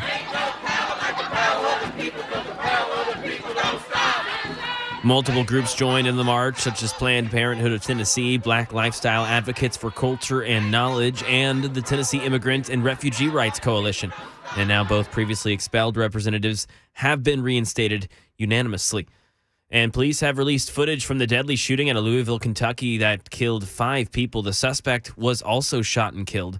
The footage shows officers getting bombarded with bullets. Officer Nicholas Wild, who is only on his 4th shift, was shot and is in stable condition at the hospital. Lindsay Watts in Louisville also has a reaction from the suspect's family. The shooter's family speaking out for the first time, telling ABC News that he, quote, had mental health challenges, which we as a family were actively addressing, but going on to say that there were never any warning signs or indications that he was capable of this shocking act. 3 victims are still hospitalized, and again, one of those is Officer Wild. He had brain surgery when he was admitted in on Monday. Since then, same update, critical but stable. And back here in Tennessee, last month, multiple homes were vandalized with racially charged hate messages in Sylvan Park. One of those homes was a Tennessee State professor's. March 19th is when people destroyed Dr. Andrew Patrick's Black Lives Matter signs and then spray-painted swastikas and white power on the front of 5 different homes. It was all caught on Ring camera footage. It happened around 1:30 in the morning. Patrick has been a teacher at Tennessee State University for almost a decade and has never experienced vandalism like that. Patrick's home is now surrounded with over 100 new signs, but with a slightly different message. Hate has no home in Sylvan Park. That is the latest news. Weather's next. I'm Mac Morey, WTN News.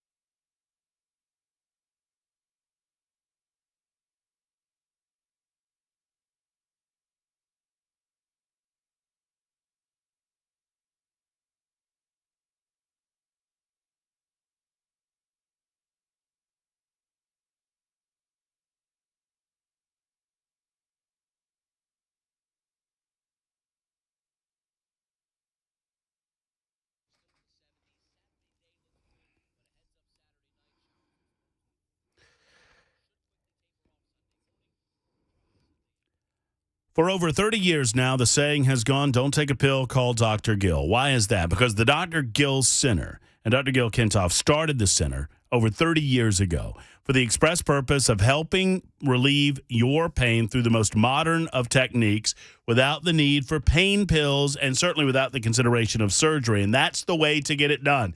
And now we have hundreds of thousands of people that have been serviced by the Dr. Gill Center.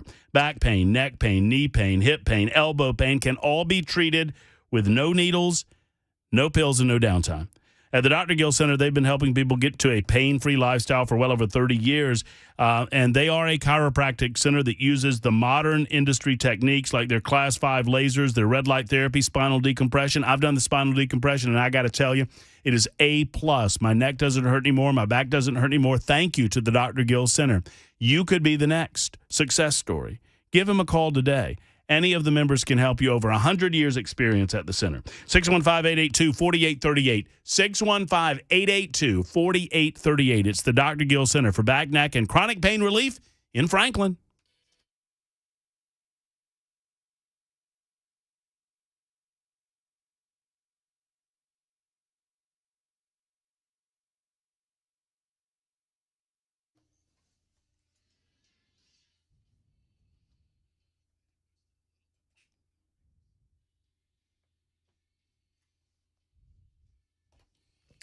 It is Super Talk 99.7 WTN 205. My promise to you, we'll get to some more of your telephone calls on the matter of mental health, red flag laws, the governor's proposal, the fact that we have the second ousted Tennessee representative reinstalled after expulsion, this time by the Shelby County folks over there in Memphis. That is happening as we speak. He's standing on top of a platform screaming and yelling right now. That would be Justin Pearson. He is emboldened, and it seems that that's the only thing that this has accomplished. They are back sitting in the body.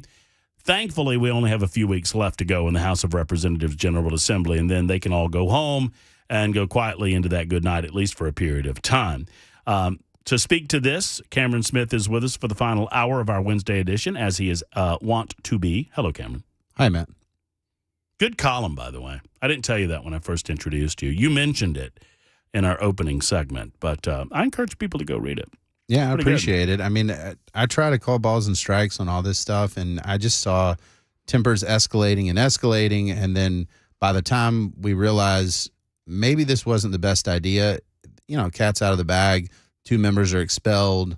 It's a long article. I mean, I went through this in a lot of detail and just basically reached the conclusion of, like, being angry and doing politics doesn't really work well together. Well, and it's frustrating because the political left seems to be willing to lie wholesale to the national news media, certainly, and even local news media, and the national and local news media regurgitate the lies. There doesn't seem to be a lot of pushback on these lies. Well, the one that really got to me, and you were actually the one that kind of put it on my radar, was like, I should look up and see what gun legislation they're advocating for. It was not there. Nothing. It's just nothing.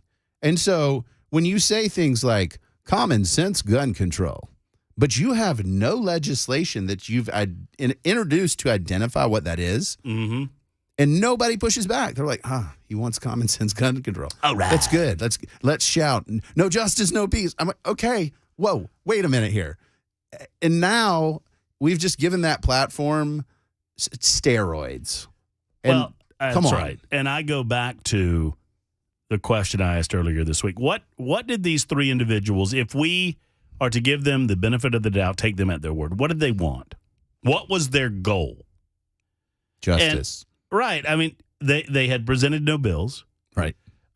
They knew they were out of order. Their goals were, I mean, the only thing that I can figure out, and I'm being serious, I'm not trying to be partisan, was to stir up the mob and to disrupt the democratic process. Their goals were to get a bigger platform. They accomplished that. Justin Jones in particular, and folks say a lot of things about him from a conservative standpoint to be like, oh, he's the worst. But this dude is smart. He figured out, hey, I want to get chucked. I want him to do this to me. Convince Republicans to do his work for him. Yes, because it multiplied his platform 1,000-fold, and now he gets to do what he wanted to do, which is basically call Republicans racist authoritarians, and that was the goal. So, I mean, if you want to synopsize it in the easiest way possible from a PR standpoint, all said and done, Justin Jones is sitting on Good Morning America, and Cameron Sexton is telling Matt Murphy that he can't talk about it. Right. Yes, and this is this is where, I want to be real clear to all Republicans in elected office right now. Fire your PR people. Get new communications directors, because we're clearly not able to engage here. And you can blame the media all you want, but this platform right here, conservative talk media, you can come on talk radio and you can talk about this stuff and make your position known. And the fact that you're not here and you're not really trying to be here across the board is shameful. I want to go back to the people. I promised that I would. And on line 2, it says Robert in the borough, and it says, you're not a real something. And I don't know. No, I don't want you to tell me. Is that what it says? It says you're not a real something. Yeah, right? Dinosaur. Okay, let's see what he says. Hey, Robert, how are you? Hey, I'm doing good. Tell you is, where are our national elected officials, the House, the Senate? Why do the only person that needs somebody to tell somebody that they're not a racist is a racist. So I don't need nobody to tell anybody I'm not a racist. Okay. Blackburn or Haggerty to step forward and say, Tennessee's not. Gosh, this would be so good if your phone was working. Mm-hmm.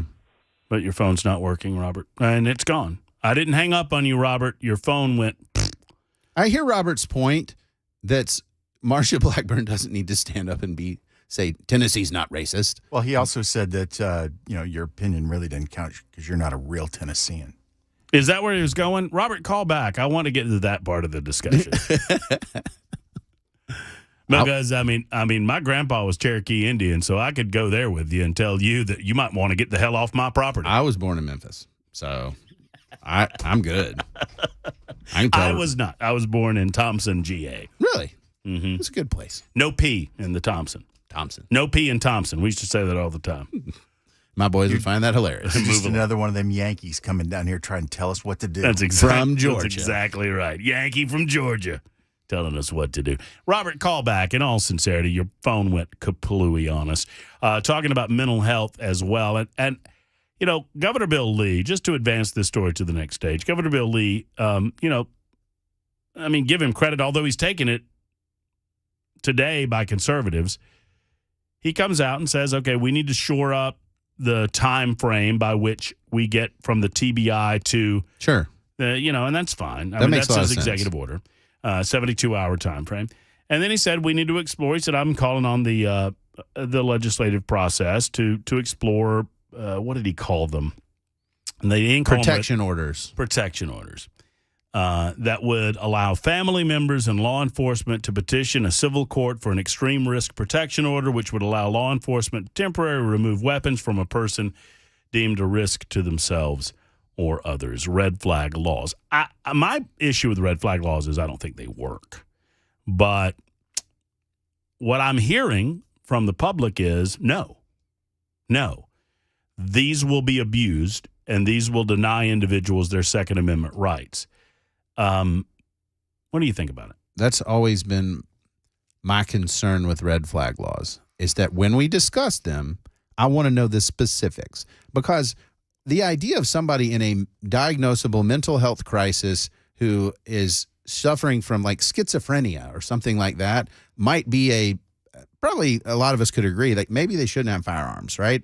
That part's easy to agree on. The question is, okay, who gets to determine this? Okay, well, it's a judge. Well, does the judge just decide whether they like the person or do they rely on a doctor's order? Like the details start to matter extensively when it comes to red flag laws.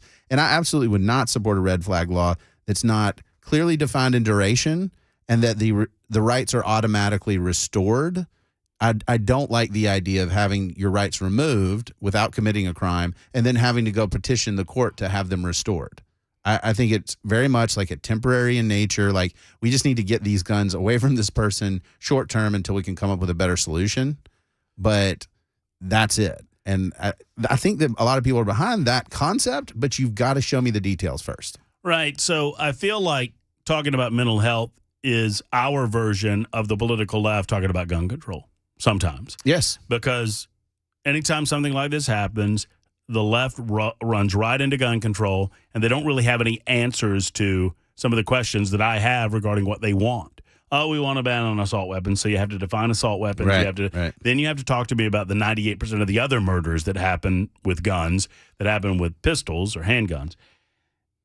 With us, we talk about mental health and what to do about mental health, and it is just tricky because I don't know that there's any good answer on what to do about mental health. I don't believe necessarily in if you're talking about incarcerating people who have posed no direct threat or danger to themselves or to others, but you're preemptively doing so because you believe they could. Sure. That's a dangerous place to be. It is, and I think you're right on the way we treat mental health, but I've seen the impacts of actual effective mental health treatment in my own home, right? I've seen that with good counselors and intentionality and spending the time, you can take an individual that's extremely traumatized and angry and upset and move in a very positive direction, but it's expensive and it takes resources. And I very much start putting actual policies on the table. Like, for example, let's talk about Marsha Blackburn and Bill Haggerty. How about a tax credit for mental health expenditures, right? Don't just roll it in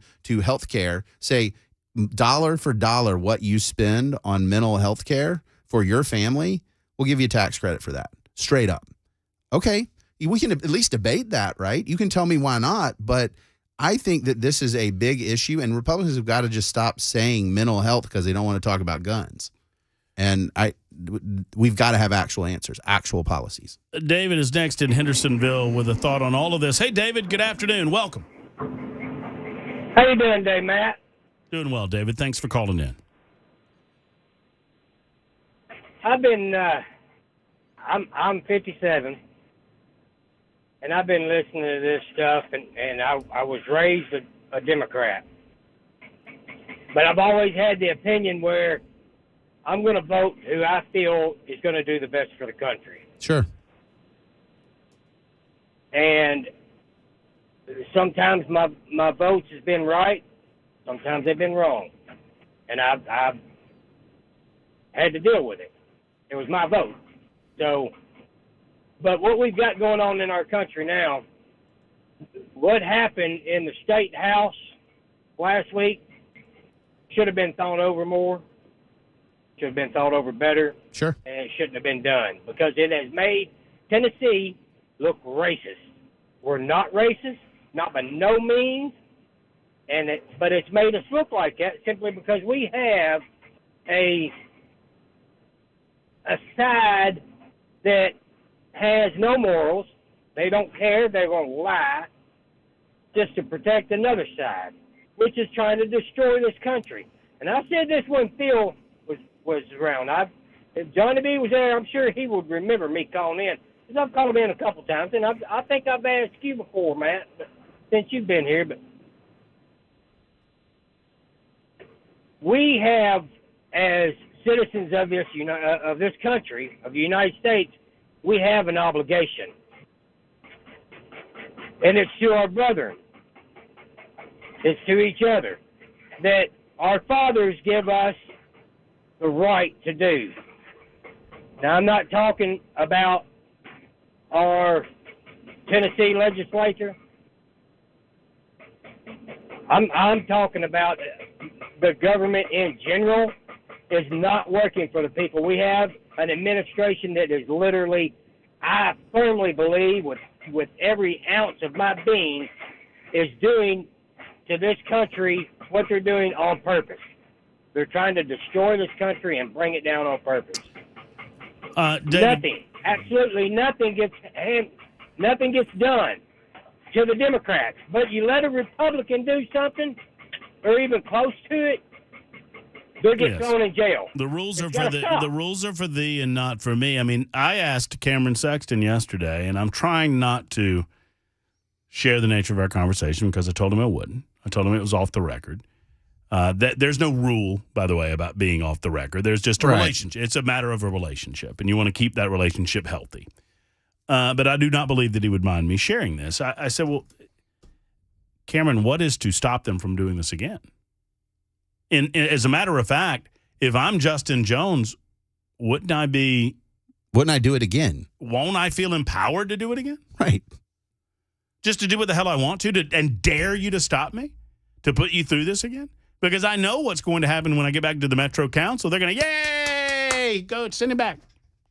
I mean, so Cameron's response was, we've got to do something to better shore up the language in the Constitution and in the law regarding expelling members. Okay, that's well and good. That takes a constitutional amendment. So let's get on that. Beyond that, he said, well, I think he wants to believe in their better nature, but I do not believe that these people have a better nature. Well, and I also believe that, and I like Cameron Sexton, and I think that he's been a decent speaker. This was not a good look on his track record as somebody who might seek higher office. I want to see leadership, right? And part of leadership, it's calming down your folks and saying, whoa, guys, let's think through this. Let's slow this down a minute. And even when they don't want to hear that, saying, guys, we need to make sure that we're making the right call here. We certainly can do this, but are there other options on the table that we should think through first? That did not happen to the best of my knowledge. And I haven't heard anybody say otherwise. In fact, I've heard Cameron say, hey, they deserved expulsion. And so if that's the case, and you're saying they deserved expulsion, the rules, Rule 19, I read them, says censure for rule violations. The Constitution says you can sort of go nuclear, if you will. But they decided to go there. You got to be able to defend that choice, right? Well, and Cameron's point, and he said this publicly and privately, is that censure does nothing. And my counter to that is, well, it doesn't do this. Yes. This is less than nothing. We've gone the wrong way in terms of elevating their profile. Yes. And now what are we talking about? What they want to talk about. We're not talking, I promise you, for the rest of the session, we're not talking about anything the legislature is doing well. We're talking about, are they racist? How racist are they? Well, I think a good suggestion has been made, and it was originally brought to my attention by Scott Sapicki, who has a weekly appearance on our show. And he mentioned that, I don't know if this happened when he first came into the body. I don't know who stopped it. It might have been Glenn Cassida, might have been Cameron. I don't know. But he said there was a time when you had what was called members' privilege, where if you wanted to bring something up, they have welcoming and announcements, right? Sure. And that is specifically to welcome people to the well or welcome people to the gallery or make an announcement. Hey, Cameron Smith is a fine member of my constituency from Nolensville, and he's having a birthday today, whatever it might be. Right. Then go to members' privilege, where you have 2 minutes to talk about whatever you want. And obviously not every member, not every 99 of them are going to take that up. But some of them will. Some of them probably will every day. But at least they have that avenue to speak about whatever you want to prevent you from getting out of order at other times of the day and putting some teeth into the fact that you don't get to talk about that now. You had an opportunity to talk about that then. I mean, there's an option that gives you you say you don't have a voice. Okay, there's your voice. Congress does that. I mean, they have 1 minute that you can just go. You say whatever you need to say. You put up your chart, do your talk, and then it's over. And they block time, and they do that. And that totally alleviates this situation, says, hey, you can go and say all the things you want to say. What you can't do, and what Congress doesn't allow either, is you can't go lead a protest from the floor. You can talk about those things, but you cannot sit there in the legislative body and say, hey, gallery, come on, join in. Well, and I know we're tilling the same row of corn right now, but the point needs to be reiterated over and over again. We've gotten to a place in a week where there is an argument being made in national news media, and it's not being pushed back on, that the civil rights of Justin Pearson and Justin Jones were violated by not allowing them to shut down the House of Representatives in the state of Tennessee. Yeah, and my column unmistakably says that. And this is the point where I'm taking heat across the country. I get the hate mail that I'm getting that basically says, what do you mean? That January 6th was completely out of it was terrible. I said, I agree with you. Well, but this is special and different. And I'm like, wait a minute. You tell me when it's okay to disrupt a legislative proceeding. You just answer the question. When is it okay to do it? Well, and it's like, well, this instance wasn't a big deal. They weren't violent. They did. Okay, so anytime you're not violent, you can disrupt a legislative proceeding. No, that's impossible. The only reason I've submitted this before you wrote the column, you and I are in simpatico on this. The only reason it did not rise to the level of January 6th was because of the good work of the Tennessee State Troopers and because at very least, say what you will about them, at very least the people in the rotunda and the people in the gallery recognized that they didn't need to do that. The three members of the body encouraged them to do that. They wanted them to occupy the body. So it's only because of the troopers' work and the fact that the people didn't take them up on it. That's the only separation, because it could have easily descended into that type of And I'll give Sexton credit. He gavelled out, and doing that was smart. 223 Super Talk 99.7 WTN. Quick timeout. Back in a moment. More of your calls coming up.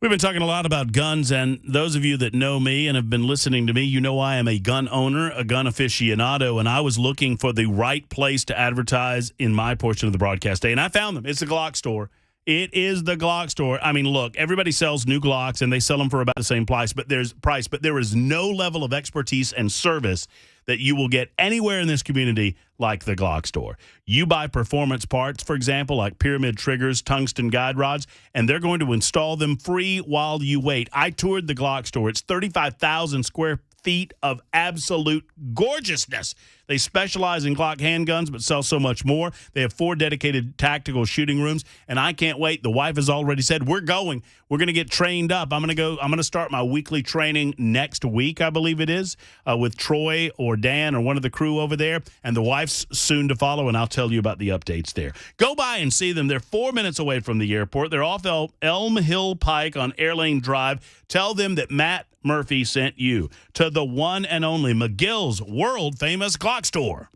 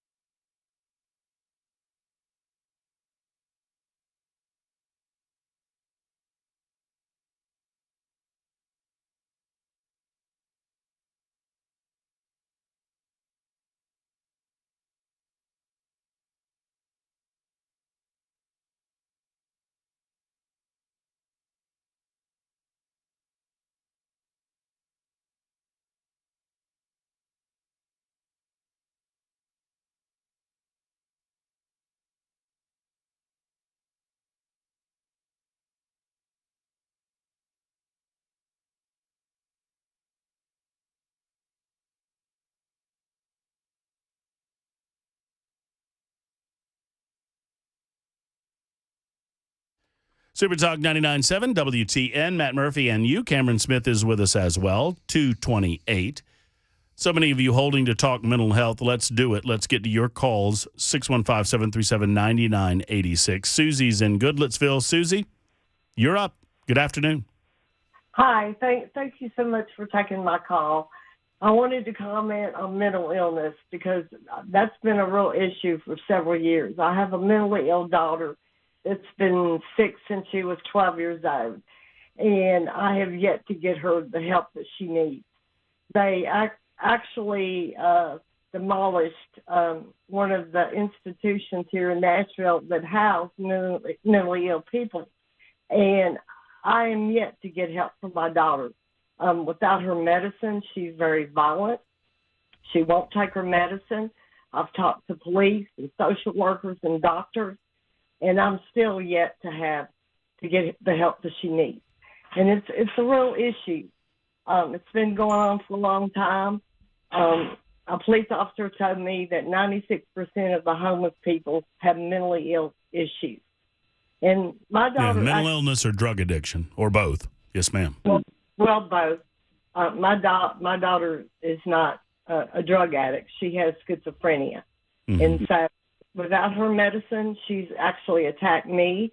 And again, some facilities need to be built to place these people so they can get 24/7 care. And that's what my daughter needs. Can you, you haven't been able to get her help in a 24-hour-a-day, 7-day-a-week facility? You haven't been able to incarcerate her through a court? No, in a mental health facility? No, sir. We even went to court because she assaulted me, and she actually got arrested. And I tried to explain to the officer that she did not need to go to jail. She needed to go somewhere where she could get help. And so I took a social worker with me to court, and the judge would not even talk with us. He would not even, let us explain the situation with my daughter. And so she's been in hospital all her life. She cannot live with me. We placed her in homes where she has had 24 care, but the problem with that is the fact that she has assaulted people in the homes, and so she gets thrown out. Well, I mean, Suzette, all I can tell you is that you are a testimony to what we need to change the system, and I'm so sorry that you're going through this.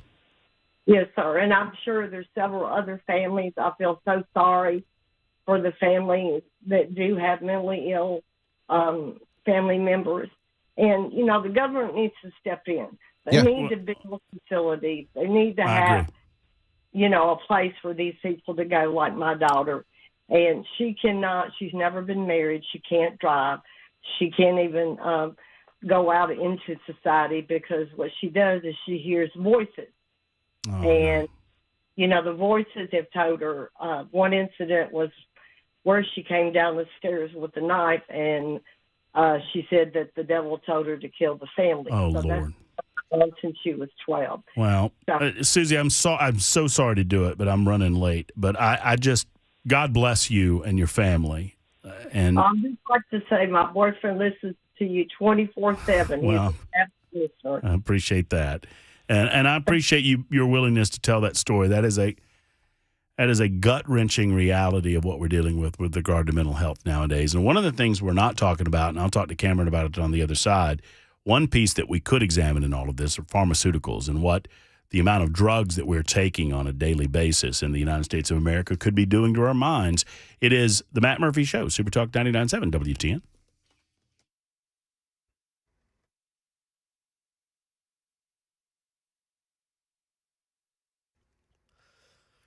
.233, I'm Mac Morey with your top story. 78 degrees right now in Nashville. Weather coming up in just a few minutes.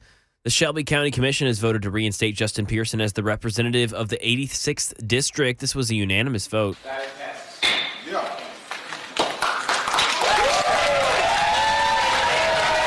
And ahead of that vote was a march in support of Pearson, starting at the National Civil Rights Museum over to the county administration building. Multiple groups joined in on the march, such as Planned Parenthood of Tennessee, Black Lifestyle Advocates for Culture, and Knowledge and the Tennessee Immigrant and Refugee Rights Coalition. And now both previously expelled representatives have been reinstated unanimously.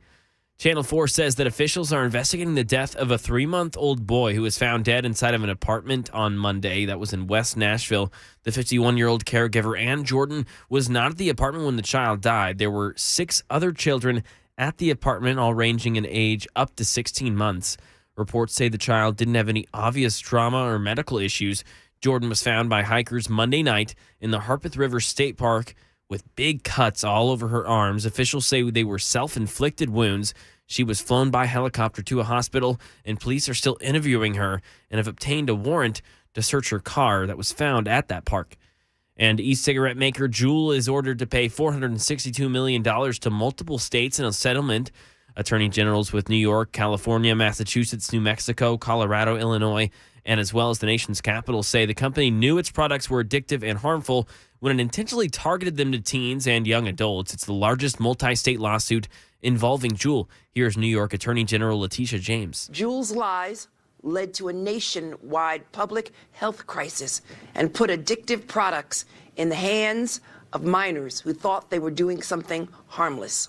And that is the latest news. Weather's next. I'm Mac Morey, WTN News.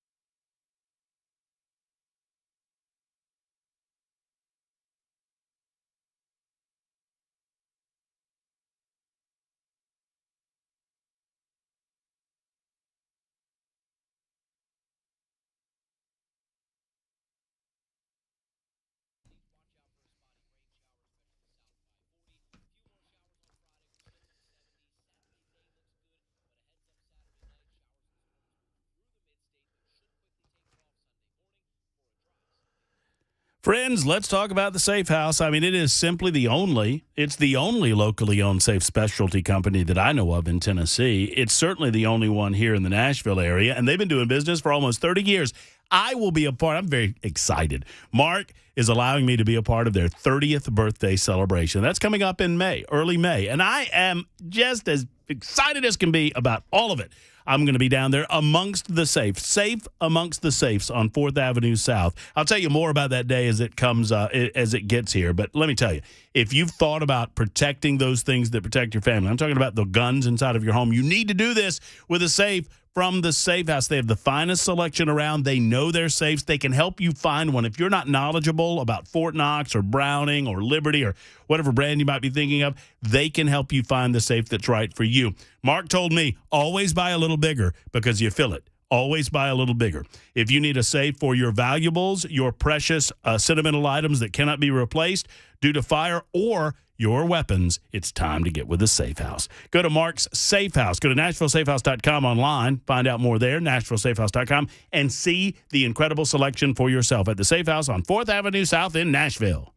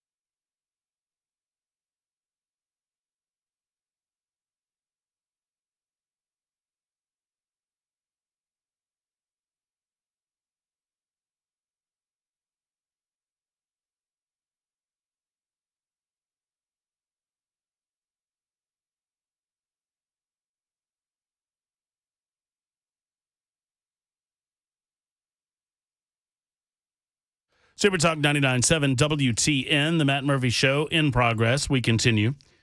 A few of the items I will not be getting to today. Donald Trump was interviewed by Tucker Carlson last night. I watched the interview. I think Donald Trump did pretty well for himself, discussing how he would react differently to some of these foreign policy entanglements that Joe Biden if he did so well, in. why won't you air it? Why aren't you going to play it? You're hiding something, aren't you, Murphy? I can play it.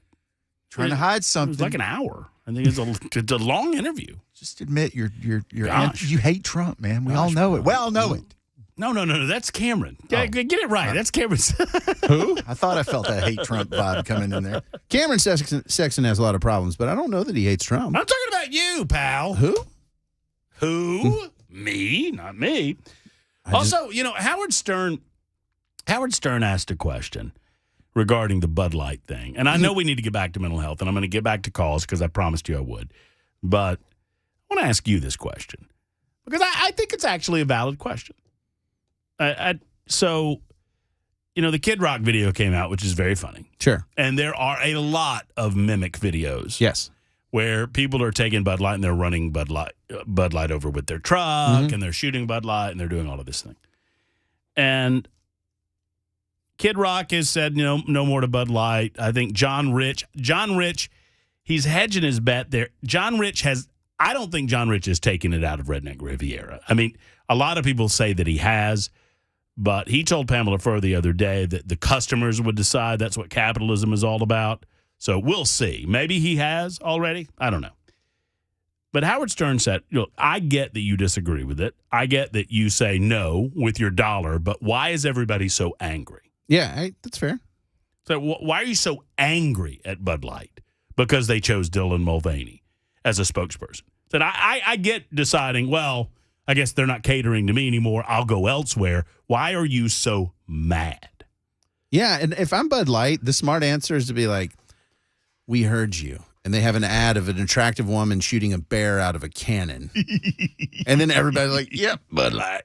And this is how capitalism works. And it's great because, this is why the Marlboro Man worked, right? Because it was like, if you showed somebody choking of lung cancer, it wouldn't be a very good ad for cigarettes, right? So sure. they invented this man that's like, every dude's like, I'm going to go rope some steers or something. Smoke some cigarettes. Right, exactly. And that's marketing. And then in 2023, it's kind of the opposite of that with this Mulvaney thing. And they wonder why people are like, I don't really want to associate with that for me. You can, but like me, no. They thought that we could just add everybody and that we wouldn't lose anybody. But that's how association works, is they want to associate the brand with an idea that they want to be associated with. Have you seen, we played it yesterday on the show, the vice president of marketing for Bud Light, younger female, I forget her name. The fratty thing. It's right. Like, all right. We're tired of the fratty, that nonsense. I mean, so I don't know. I mean, sure, adding a category of drinker. I just think you're barking up an odd tree. I don't know if there's been any statistical research on this, but I wouldn't think that if you put it this way, if you asked me what do transgenders drink, I have no idea. I don't either, but Bud Light's not going to come up in my top 50. Right. Well, my point is you want to shed the fratty image, fine. Okay. I get that, right? But you then go to transgender. And it's like, are these the opposite? Like, to get away from this, we're going to go full send in the opposite direction. Okay, cool. As far as we possibly can in the opposite direction, and dispatching of our loyal customers along the way. Yeah. And that to me is like, you have your base that does buy your product and they want it. You're never going to revolutionize Bud Light into like Opus One wine or something like that. Well, I mean, and here's where I think the anger comes in. I think the anger comes in because there's a belief that Bud Light has bought into this narrative based on this marketing campaign that if you don't accept some of the non-scientific, quite anti-scientific premises that are being presented to us as gospel, that you're somehow a bad person. Yeah. Right? It was one thing when the homosexual community has for several decades now, and I think they've won this argument, right? They've said, all we want is to be accepted as who we are and to be treated equally under the law. Sure. That's all. Yeah. And I think for the most part, Americans have said, fine. Okay. All right, fine. look, we might believe that you might be judged later on by a higher power. We have whatever, different beliefs, but as far as under the law, that's right. Same. You can do your thing. The transgender position is a much different one because they're demanding not that the homosexual. Look, I love someone of the same sex. I'm sexually attracted to someone of the same sex. The homosexual would say, and I want you to accept that that's okay for me to be treated equally under the law based on whatever. I can't tell you how you feel about something or where you are on something or why you're chemically. I don't know why I'm chemically attracted to women, but I am. Sure. And I never decided to do that. So, but on this, we're being told to accept something that we know is untrue. Yeah. And it angers us that so many companies are buying into it and demanding that we do it. Sure. And I understand. I want to be real clear on this, that I save my anger, right? Like for you coming after my family. Sure. So, because the problem with being angry, it's not as a Christian, the Bible says, hey, be angry, but don't sin. Don't let the sun go down in your anger. And for me, what that's telling me is that, one, it's not good for me to be angry. And two, that when I do find that anger boiling up, I need to address what it is. And this point that you're on, I think, is the point, which is you're not saying treat me the same as everybody else. You're saying you must now accept a reality that I've constructed that I want you to give assent that to. That is not true. It's a claim against somebody else's thoughts and speech. And to that I say no. Right. I am a girl. Well, you might want to be a girl and you might do everything in your power to become a girl, but you're not. You were not born a girl. Right. And they demand that you accept that they were. Yeah, and that to me is like, and I have a friend who's transgender and has asked, hey, will you do, and I'm like, sure, I'll call you whatever, because you're my friend. That's right. But like the idea that I have to accept that gender doesn't exist anymore. Right. And that, well, that somebody, it's a construct. Right, that somebody who's born a man, well, then my answer is, okay, well, then we'll just use sex now. Can we just say, we're genders, you be whatever you want, but we're just, all the laws and everything, sports and everything is all based on sex. And then they're like, well, that's not fair. Well, I, for a long time, have presented it this way, and it freaks people out who are supportive of the transgender movement. Okay. If you are asking me to accept that a mistake was made, okay. And they hate that. Because are you calling me a mistake? No, I'm not calling you a mistake. I'm saying that a mistake was made by your own words and admission. You're saying that you were supposed to be born a girl and you were born a boy. And see, and that's where it goes off the rails, because then they want you to deny that they were born a boy. They were assigned a gender at birth. And that's where it starts that's where I feel like it boils up in me. It's like, it's not that you want to live a different life. It's not that you want to live the type of life. I mean, let your freak flag fly. I don't care how you live your life. But you're demanding that I admit something that isn't true is. And I can't handle it. And that's where the corporate stuff is starting to bother folks. And I think this is what Bud Light's finding out, is that like, hey, if you are different than me, that's fine. This is America. You get to do that. If you are a lawful adult over there and you do whatever, okay, cool. But the moment that somebody says, well, okay, you now must treat me a certain way, otherwise you're bad, and then it's reinforced on the corporate level, and this to me just doesn't make any sense. That like, you don't get to control my speech. You don't get to control my viewpoint. You can say, don't be mean to me, and I'll say, okay. But when you say I must say something I don't believe, now we got a problem. It reminded me, and I looked at a video of it last night. Remember when the BLM movement was running across America in the summer of 2020, burning cities to the ground? And in a lot of these cases, they would find groups of people where they gathered at restaurants or whatever, and they would surround them, and they would scream and yell at them until they did something. And I remember, I saw a video last night. I don't know how it came up, but there was a woman. What a brave woman. I have no idea who she was. Have no idea what she does. Have no idea who she is. Mm-hmm. A group screaming at her. A lot of people at the top of their lungs that she must raise her fist in solidarity with BLM. And she just said, no, I'm not going to do it. Under threat of death, I'm not going to do it. And that's the stand that we better as a society begin making regarding these long-felt societal norms and personal beliefs. No, Bud Light. We're not going to accept it. And you know what? We'll vote with our dollars. And I'm not mad at you. I'm just not going to buy your beer. I predict this, and Bell, mark it down. I don't think anybody else has said this. How many social media influence posts has Dylan Mulvaney made? One on the Bud Light thing? Mac, do you know? Is it one? It's probably in his contract. I predict to you. He's not listening. No, he's not.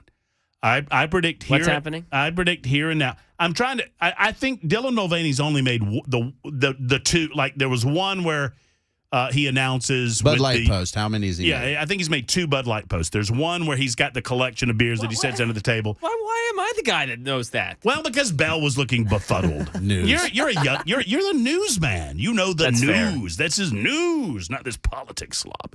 So I think it's been 2. There was one where he's had the beers, and there was other where he's in a bubble bath.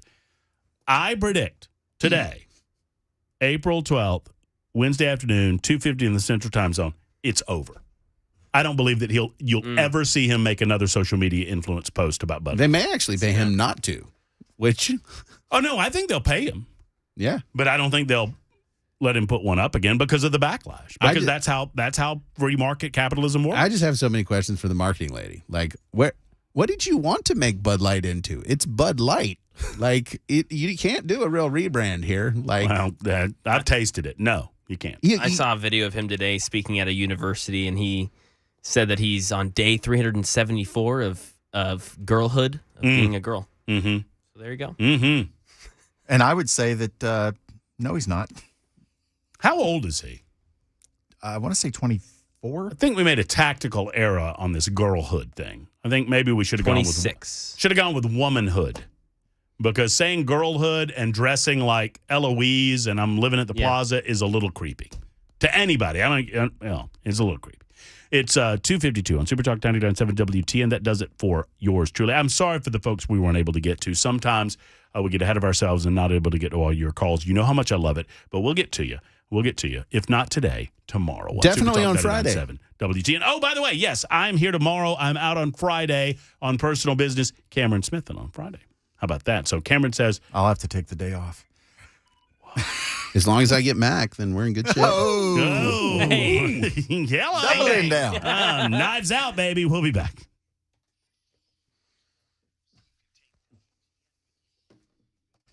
It is exterior painting season. Time to get that house painted. You know, a lot of you are outside now. I mean, how gorgeous is it outside? So you're outside. Maybe you're cutting the grass. Maybe you're, cleaning the grill. Maybe you're grilling out. Whatever you're doing, look around the exterior of your home. Do you see any fading or chipping of paint? If you do, that's not just an ugliness factor. There is a danger to the wood on your home. It's time to get that thing painted through Nashville Painting Company because they are the best. Jeremy Reeves have been here for a while, and I love Jeremy's work. I knew Jeremy before he even came to Nashville back in Birmingham. He actually painted my house back there. And when it's time to paint my house here, guess who I call? Jeremy Reeves and Nashville Painting Company. So good. They have craftsmen at work helping you get the job done and a supervisor on every job. They can give you exact scopes and pricing, free quotes, free consultation. Just give them a call. 615-635-0350, 635-0350. It's NashvillePaintingCompany.com.